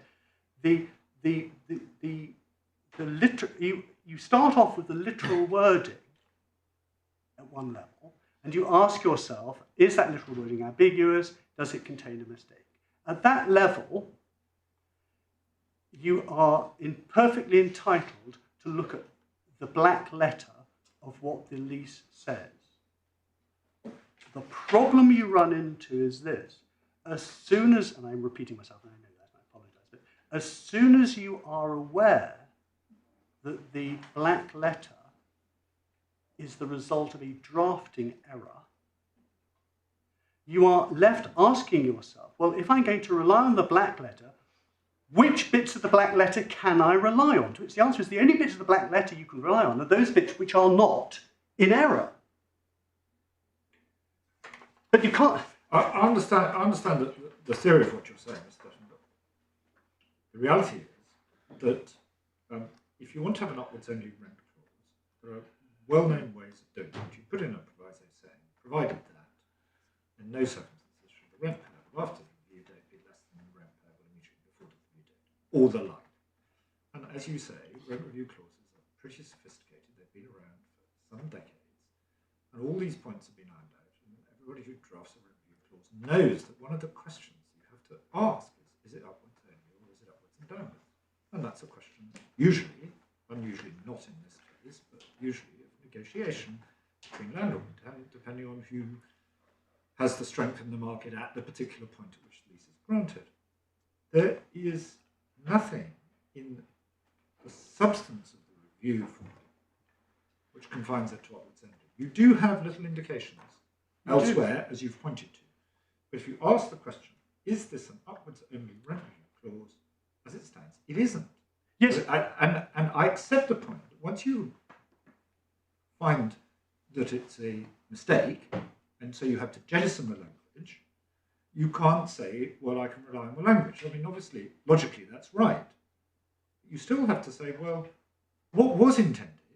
And it seems to me difficult to say, now that we've jettisoned the language, I can say it was intended to be an upwards only rent review clause, because there is nothing in the clause you're rewriting which begins to support that. But, well, with respect, my lord, one has to remind oneself what the process one is going through is. One is asking oneself, one is putting oneself in the position of a reasonable reader of the lease, and asking whether it is clear that a mistake has been made, and whether it is sufficiently clear, whether the mistake can be identified with sufficient clarity to know how to correct it. And the point I'm making is this. Any reasonable reader looking at this, in order to work out what the mistake is, needs to identify the underlying commercial purpose of the clause. The underlying commercial purpose of the clause is identified not only from paragraph 3 itself, but also from its context. I've identified a number of contextual matters, including matters actually within paragraph 3 itself, which suggest that the underlying commercial purpose was that the purpose of the clause was to reflect increases rather than changes in the RPI. Because if the parties had intended simply to reflect changes in the RPI, they could have easily said that. And the problem we've run into, and it comes back to a point you were raising earlier on, in a slightly different context, is this. Once you know that this is not a perfectly drafted agreement, you have to be very careful when placing the emphasis on words that a pedantic lawyer might. What you're trying to identify is what the essence of the deal was. And as I say, the schedule makes numerous references to the word increase. It makes no provision for what's to happen if the rent is to go down. What that indicates is that it was not within the parties' contractual contemplation that the rent was capable of going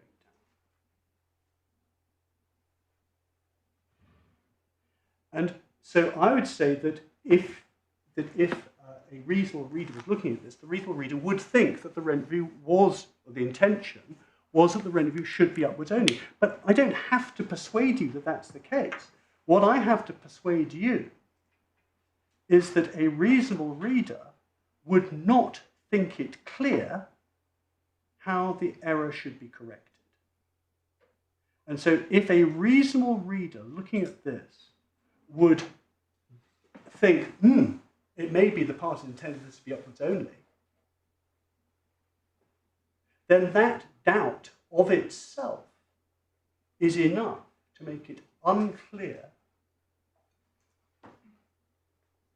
which of the two possible ways of remedy, of altering clause paragraph 3, which of those two ways is the one that the parties actually intended, or objectively intended.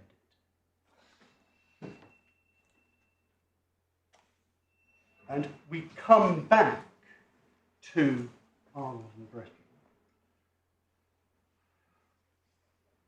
and remind ourselves that this line of authorities is not intended as some kind of magic wand to get parties out of bad contracts, or to correct contracts, or to correct bargains they have made badly.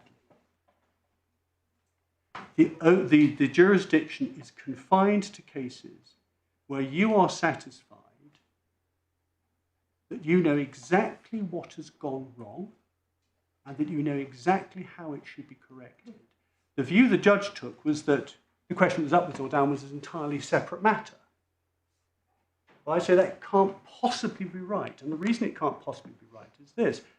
Anyone who is looking at the Chartbrook, who's adopting the Chartbrook approach here, needs to know whether the rent review is upwards only or upwards downwards, because as explained by Lord Justice Lewison in the Trillium case, if the indexation provision is upwards only, then you don't know how to correct it. You know there are two possible ways of correcting it, but you cannot know which is the correct one. Do you understand that if you know it's upwards only, then you have to do it year by year? No, not necessarily. If you know that it's upwards only, then there's a real difference. Let's take the following example. Let's say that we're comparing two hypothetical leases here. In one of the leases, it says that the rent is to be index linked from 2010. The rent of 15,000 index, actually 2013 is it? Index linked from 2013. And the other one, and so you change it by reference to change the value of money since 2013. The other one is where you have a provision that says it's to be index linked with effect from same date,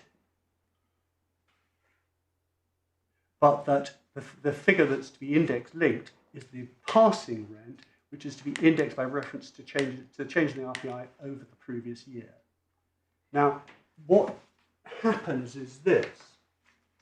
With a proviso that it be upwards. And if both of those are upwards only, Yes, no, then the first of those is more in the tenant's favour than the second.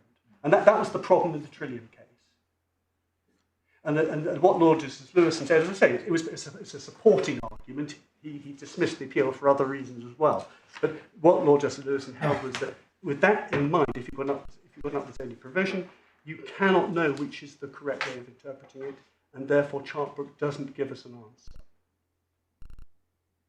One might have thought that was also the answer in Network Rail, but I say no more about that. So where we are then is this, and I haven't taken you yet to the relevant provisions in what Lord Justice Lewison says, and it's really paragraph 16.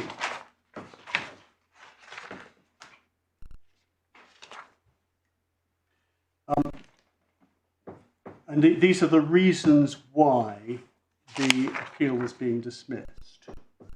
he identified a number of difficulties with my submissions, with my arguments.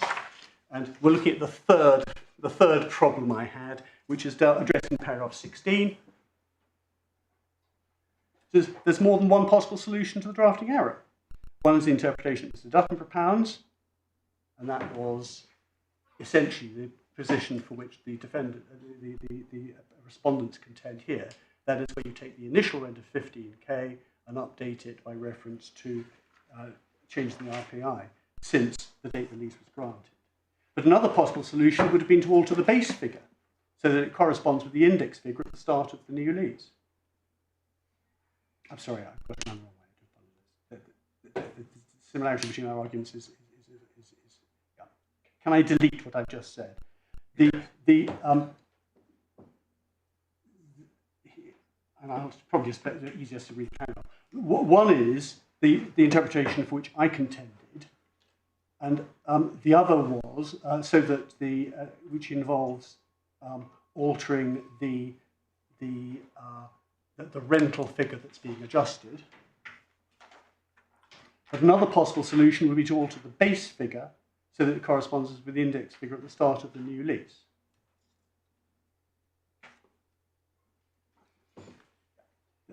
Sorry, I've taken this too quickly. Well, I think we've seen paragraph 16. Yeah, you've seen the paragraph. The point is, and I've already explained the difference on the facts of this case. I'm afraid I've forgotten what the facts of that case were. The point is this: there are two ways of correcting the error. You either adjust the rent, you either change the rent that's being adjusted, or you change the base figure. That if it's an upwards only provision, then you get a different result. And that's the point. Yes. And that was a reason why the judge held that the appeal should fail. It was the third reason, but it was one of the reasons.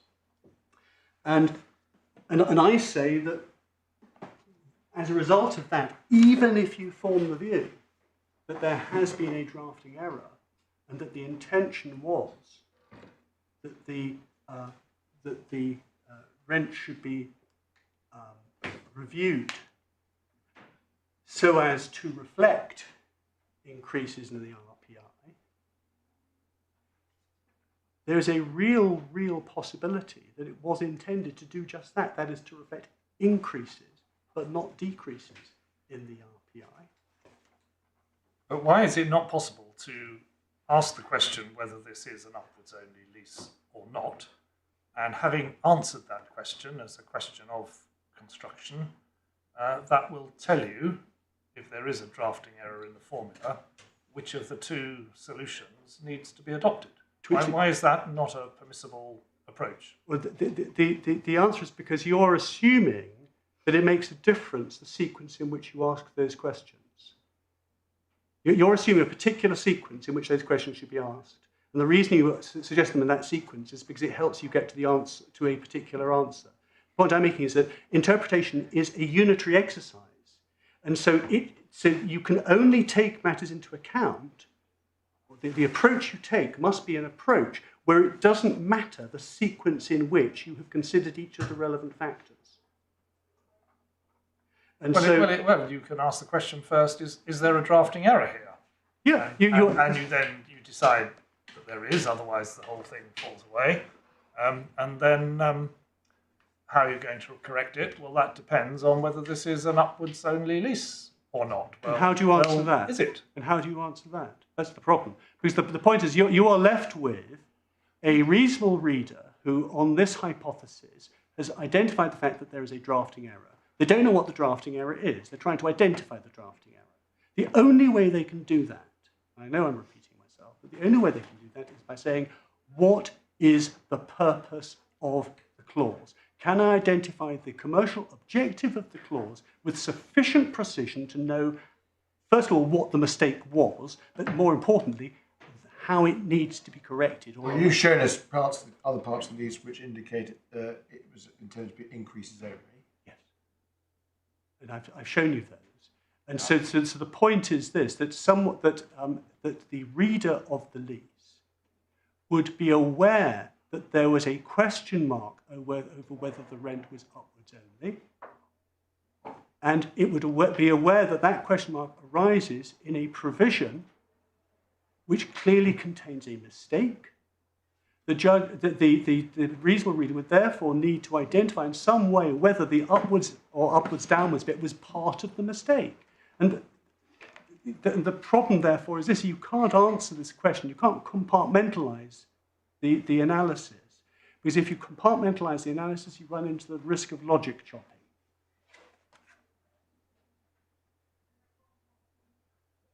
Sorry, the risk of what?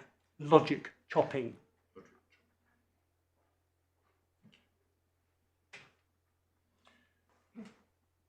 I've taken rather longer than I said I would. I do apologise. No. But Have you said all you want to say? I said all I Mr. want. Dutton? Yes, unless you've got any questions. Thank you very much, Mr. Dutton. We're going to take a few moments just to take stock and rise for a moment. We'll be back in very short. Court rise.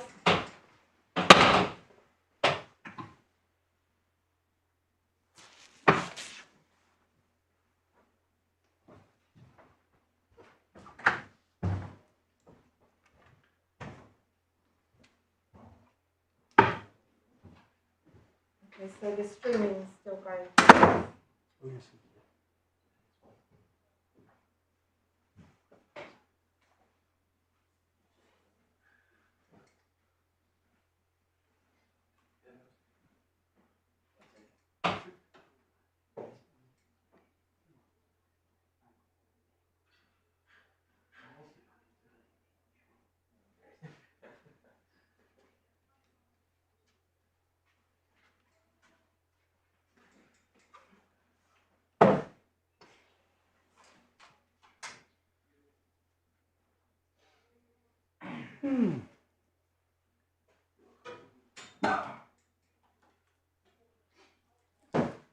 Working without your glasses. I've got my glasses, but I can't wear them when I've got my mask on. Oh, no. Oh, I see. But you weren't wearing them when you were making your submission, sir. No, well, I'm short-sighted rather than long-sighted. Oh, I see. You prefer not to see the bench. Well, I can see enough of them. I know who's who, but I can work that out from where they're sitting. So,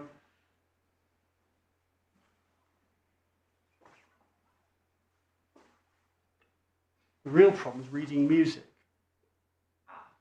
I've got two lots of, I hate varifocal glasses. I've got two lots of varifocal glasses. I've got one which I can use for driving, which I hate using for anything else. Because if I want to read anything that's near, I have to read it to the bottom 1.5 millimeters of the thing. Or else I just look over the top. And I've had all sorts of sort of spinal and what do you call it? The ulnar nerve problems, partly caused by that. And I've got piano glasses that are also varifocal, but no, it's easy just not to use them. Yes, quite.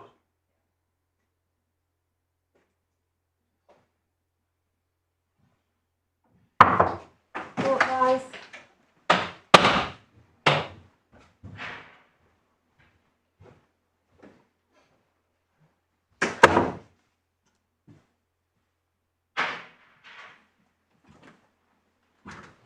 Well, now, Mr. Watkin, we've got your argument clearly set out in writing. We have a clear view of your case. We'd like you, please, to focus on the salient features of your argument and anything that has arisen this morning from the discussions we've had with Mr. Dutton. Yes, my lord. The points made by Mr. Dutton for learned. I think you can remove your mask, Mr. Oh, forgive me. After a while, one forgets one's even wearing it. Yes, that How will life be. changes one. Yes. Thank you. My lords, the points made by my learned friend Mr. Dutton divide up as effectively Chartbrook has been changed by Arnold and Britain. Yeah. Well, That's tweaked was the word I put to him. yes. Change is the way I put it, my lord. The second part of his submission divides into two, but it's criticisms of the conclusion that there was a clear mistake, and then criticisms of the conclusion that the solution to that mistake, or what was actually intended, was also clear. My lord, it had been my intention to show you the error of the first submission by first of all showing you in a little bit more detail what the position was prior to Arnold and Britton.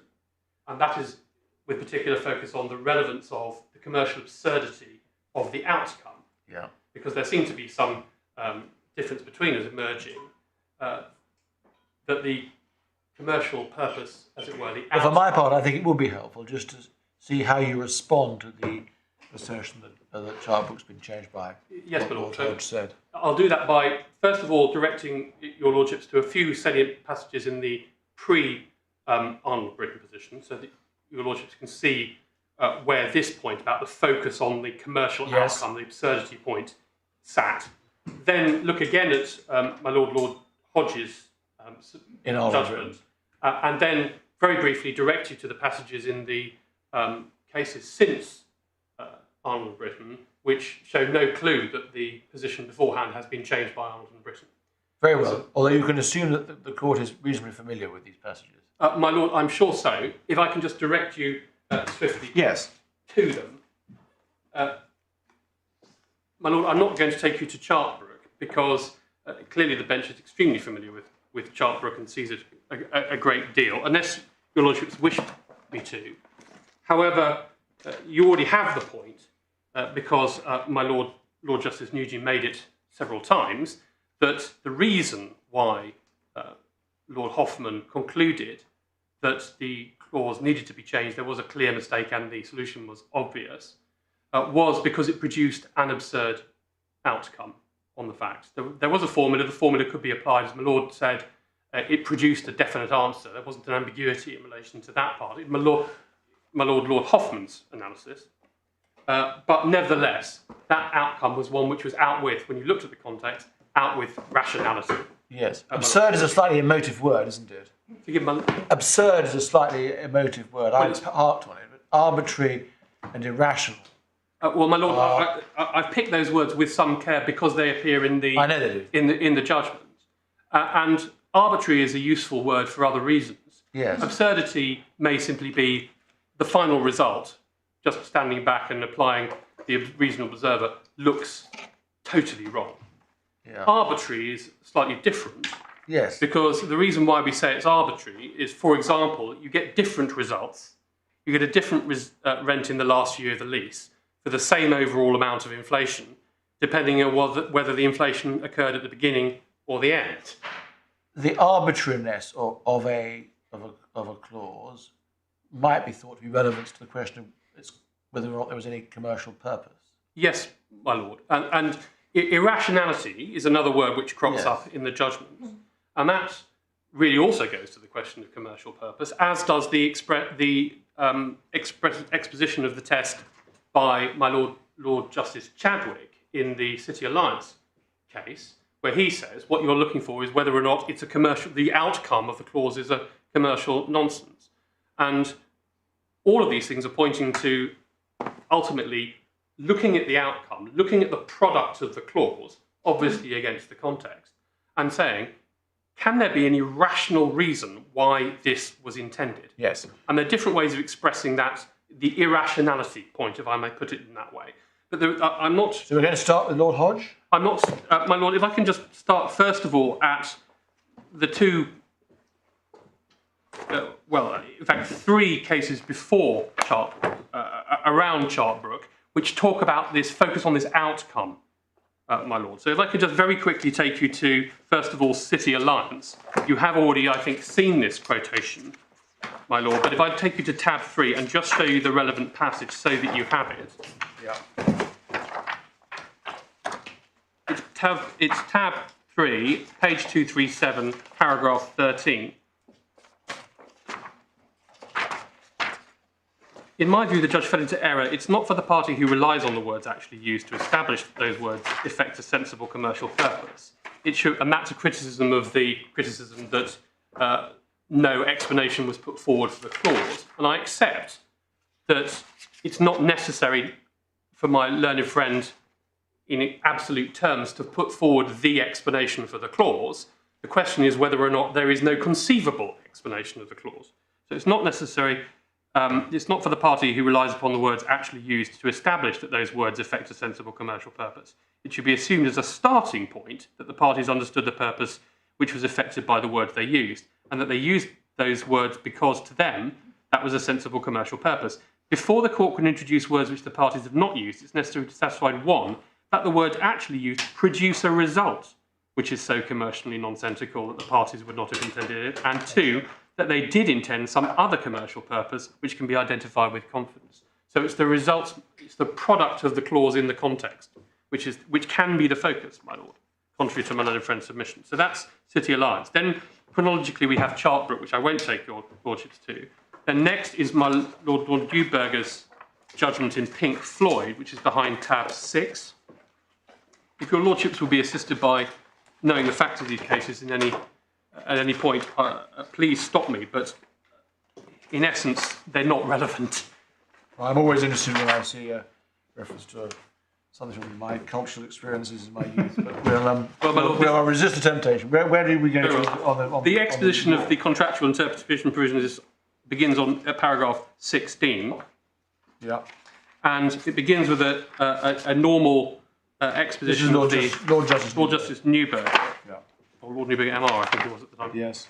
And then if you get to the bottom of the last complete sentence or last starting sentence at the bottom of that page, indeed it's clear that there will be circumstances where the words in question are attributed a meaning which they simply cannot have as a matter of ordinary linguistic analysis, because the notional reasonable person would be satisfied that something had gone wrong with the drafting. Then paragraph 19 is directed at explaining that this isn't rectification. Paragraph 20 is then the exposition of the test. Further, as Lord Hoffman also made clear in Investors' Compensation, there is a difference between cases of ambiguity, which may result in the words giving the words a meaning they can naturally bear, even if it's not their prima facie most natural meaning, and cases of mistake, which may result in from concluding that the parties made a mistake and used the wrong words or syntax. However, he emphasised the court does not readily accept that people have made mistakes in formal documents. He also pointed out in paragraph 20 that as the court and therefore the notional reasonable person cannot take into account the antecedent negotiations, the fact that the natural meaning of the words appears to produce a bad bargain for one of the parties or an unduly favourable result for the other is not ordinary enough to justify the conclusion that something has gone wrong. One is normally looking for an outcome which is arbitrary or irrational before a mistake argument will run. So just as we don't readily accept that people have made mistakes in formal documents, the other side of that coin is that we don't readily accept that people have made contracts which result in arbitrary or irrational results. Correct, my lord. And just picking up at that point, the point that your lordship made to my learned friend about the necessity of making clear in your contractual dealings if you are going to do something arbitrary and irrational. There's no difficulty. My learned friend is, in his original submissions to this court seeking leave, said it's not possible for them to have been clearer than they were. Well, as your lordship points out, it is possible. They could have said, they could have begun their clause, notwithstanding that the parties accept that this produces an arbitrary result. The parties agree as follows. Yes, they might not have needed to go so far as arbitrary, but I'm sure No. they could have No, my lord, they need not. something along those lines if they wanted to. And they could have done it implicitly, and my learned friend gave an example in his skeleton argument of a clause which refers to RPI plus the regnal year of the monarch, which obviously depends on when the monarch dies and who replaces him and when. So that's potentially changing. But the fact that it's expressed in that way telegraphs immediately to the reasonable reader that what is an arbitrary provision in the sense that it's dependent on a variable which can have nothing to do with the contract, the lifespan of the monarch. Although it's arbitrary, it is what's intended because it is so particular as to the way in which it's directed. So it could be express or implicit, but it's certainly possible. And my lord, the second part of that is, of course, and I will now have to find it because I'm dealing with things out of order. It's the observation that my Lord Reid makes, and it is quoted in Arnold and Britton. If I can briefly just ask your lordships to turn up Arnold and Britton in tab 9. It's my Lord Reid's observation in paragraph 110 on page 1649 in Wickman Machine Tools Sales and Schuler, which is quoted by Lord Carnworth in his dissenting judgment. I'll just read it to your lordships while you're turning it up. The fact that a particular construction leads to a very unreasonable result must be a relevant consideration. The more unreasonable the result, the more unlikely it is that the parties can have intended it, your lordship's point. And if they do intend it, the more necessary it is they shall make that intention abundantly clear. This is simply the problem that my learned friend suggests is simply the concomitant of the fact that contractual interpretation is an objective process. If the parties do not express themselves with sufficient clarity to make it clear that they haven't made a mistake, when all the indications of the document and the clause and the way in which it is directed scream that it is a mistake, then, my lord, it is because they have failed to make it abundantly clear. Right. So, my lord, that was Pink Floyd we were in. The third case is Sugarman, which is behind tab 8. And, my lord, I can take you to Lord Justice Briggs' judgment, which begins at paragraph 42, 3 pages in from the tab, if your lordship has the same photocopying as me. Here I do have to give you 2-sentence explanation of what's going on. The question was whether or not the Articles of Association in a management company of a leasehold property meant that the voters should only ever have a vote for each member, or if you had more than one share because you own more than one flat, if there was a poll, you should have a vote per flat. And so the question was whether or not the literal wording, which suggested vote per member, was correct, or whether or not it was a clear mistake and it should be vote per share. So that was the issue that was going before the court. And the significant point is that in paragraph 43, Lord Justice Briggs considered the Chartbrook exception against Rainy Sky. Yes. And of course we know that subsequently in Woden Capita, there is a question about whether or not Arnold Britton and Rainy Sky are saying the same thing. And Lord Hodge, in fact it is, says they are saying the same thing. There is no recalibration going on here. The law remains the same throughout these. So Lord Briggs is effectively considering the Chartbrook exception against Rainy Sky and Arnold Britton and Woden Capita. And he concludes in paragraph 43 that the exception continues to run. Then in 44, he says there can unfortunately be a fine dividing line between that which appears commercially unattractive and even unreasonable and that which appears nonsensical or absurd. So again, a dividing line. The threshold is, it's not, as my learned friend puts it in his skeleton argument, a question of deciding whether the reasonable man would go for this clause. It's a question of whether we're beyond that concept altogether into the nonsensical or absurd or irrational, we say. And then he goes on in the subsequent paragraphs, is applying that doctrine to say that he narrowly reaches, at 47 first sentence, narrowly concludes that the judge was wrong to find commercial absurdity, and therefore the literal meaning, which is one vote per member even on a poll, is correct. The other point at 48 is that he goes on to make the useful observation that it's important not to test these things against outlandish results. So you look at them as if you're looking at the question of how inflation, in an inflationary issue, how inflation might reasonably be expected to proceed. But the key point about this case is that it's, although it is before Arnold and Britton, it is saying that the more clear focus on the words of the clause and the literal meaning, which becomes evident from Rainy Sky onwards, is not a reason to depart from the test as we all understood it prior from Chartbrook.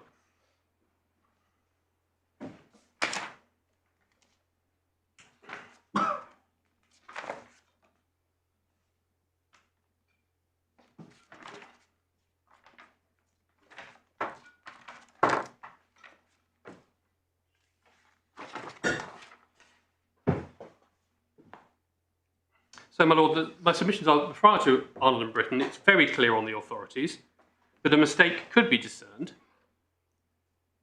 and indeed also the correction to the mistake, since, as my learned friend accepts, one is often the immediate product of the other.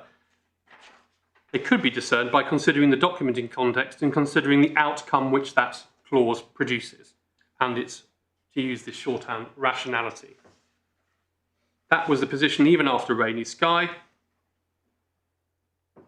The only requirements were those identified in Chartbrook, that it had to be clear to the reasonable reader that a mistake was made and what the solution was. And that clarity could be reached by finding that the outcome was arbitrary, irrational, also commercially nonsensical, that the parties could not have intended it.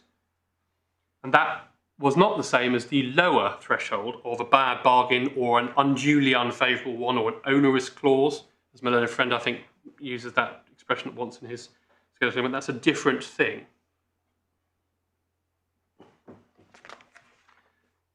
Turning to Ireland and Britain, my lord, Yep. there are 4 or 5 submissions, I think, which I wish to make good by looking at the analysis are, there's nothing in the judgments which indicates that the Chartbrook test for corrective construction, including the expositions of it in Pink, Floyd and the other cases, that you could decide this on the basis of the outcome which it generates, was being restricted or modified by the judgments in that case. In my Lord Neuberger's judgment, he only refers to Chartbrook in order to make clear that that separate concept of correction by interpretation is not a warrant, a general warrant, for moving away from the literal wording of contracts by reference to the court's feeling that it's unduly favourable to one party or another.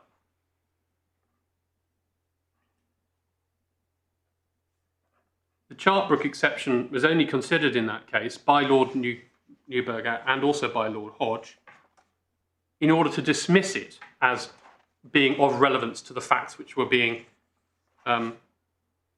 presented to the court in that case. And that's for a failure in relation to both parts of the test. The first part, it was far from being an absurd or irrational clause. Lord Neuberger finds in terms in the judgment that the tenants might well have intended to do this, and he refers to it effectively as having been a gamble on the way inflation would operate.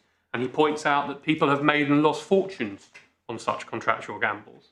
So it wasn't a clear mistake, it was a completely irrational gamble. And it also failed on the second requirement to be able to identify what they must have intended instead, because all the clause said was they will make a proportionate contribution in the sum of £90 increased by 10% a year. And it was very difficult to see if that wasn't what they meant instead. So it failed both of those tests. It contains no statement. This is your second point. This is my second point. It contains no statement, or possibly third now, contains no statement that the commercial consequences of the clause are, as my learned friend says, quote, simply irrelevant, unquote, to the question of whether the literal wording must be a mistake.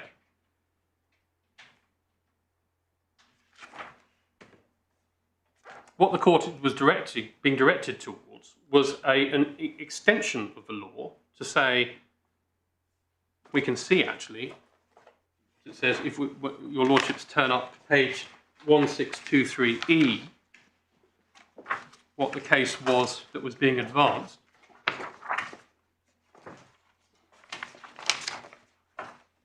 Your lord, it's behind tab 9, my lords. Yes, no. Page 1623, and in the middle of the page, the paragraph, does your lordship have the paragraph that begins here? Yeah. About halfway through, and about 4 words from the right-hand side, there's a sentence beginning the drafting. Yes. The drafting of the various versions of the clause in dispute, clause 3.2, was predicated, forgive me, let me stop and point out that what's happening here is that the report writer is reciting the submissions made. Yes, yes. The drafting of the various versions of the clause in dispute, clause 3.2, was predicated on an assumption, namely that the landlord's actual expenditure would rise by at least 10% per annum. Whereas has happened, the circumstances have changed so that the assumption had been falsified. The correct response of the court applying the above principles is to recognise that the effect intended by the parties, having regard to the purpose and values of the lease, is no longer being achieved, with the result that the implication of a term reflecting that purpose and those values is necessary. So what was being said was here, in circumstances where they made a bargain on one basis and that was falsified, the principles heretofore of contractual interpretation should allow the court to intervene. And that was the case which was being rejected, my lords. So the short point is that the case had nothing to do with Chartbrook correction, except to point out in very brief terms by my Lord Newburger and in slightly less brief terms by my Lord Hodge, that those tests were of no application or didn't assist Mr. Morshead in that case. So you've made 3 of your points on Ireland and Britain. You've got 2 more to make. My Lord, those were the submissions which I wished to make good. In fact, I think I just didn't number them as I went along. So I think you have all of my points. I just want to explain to your lordships where you find them in the judgments. But I see that it's 1 o'clock, my lord. Well, that would be a good point to stop then, would it? Very well, we'll resume at 2. Thank you. Court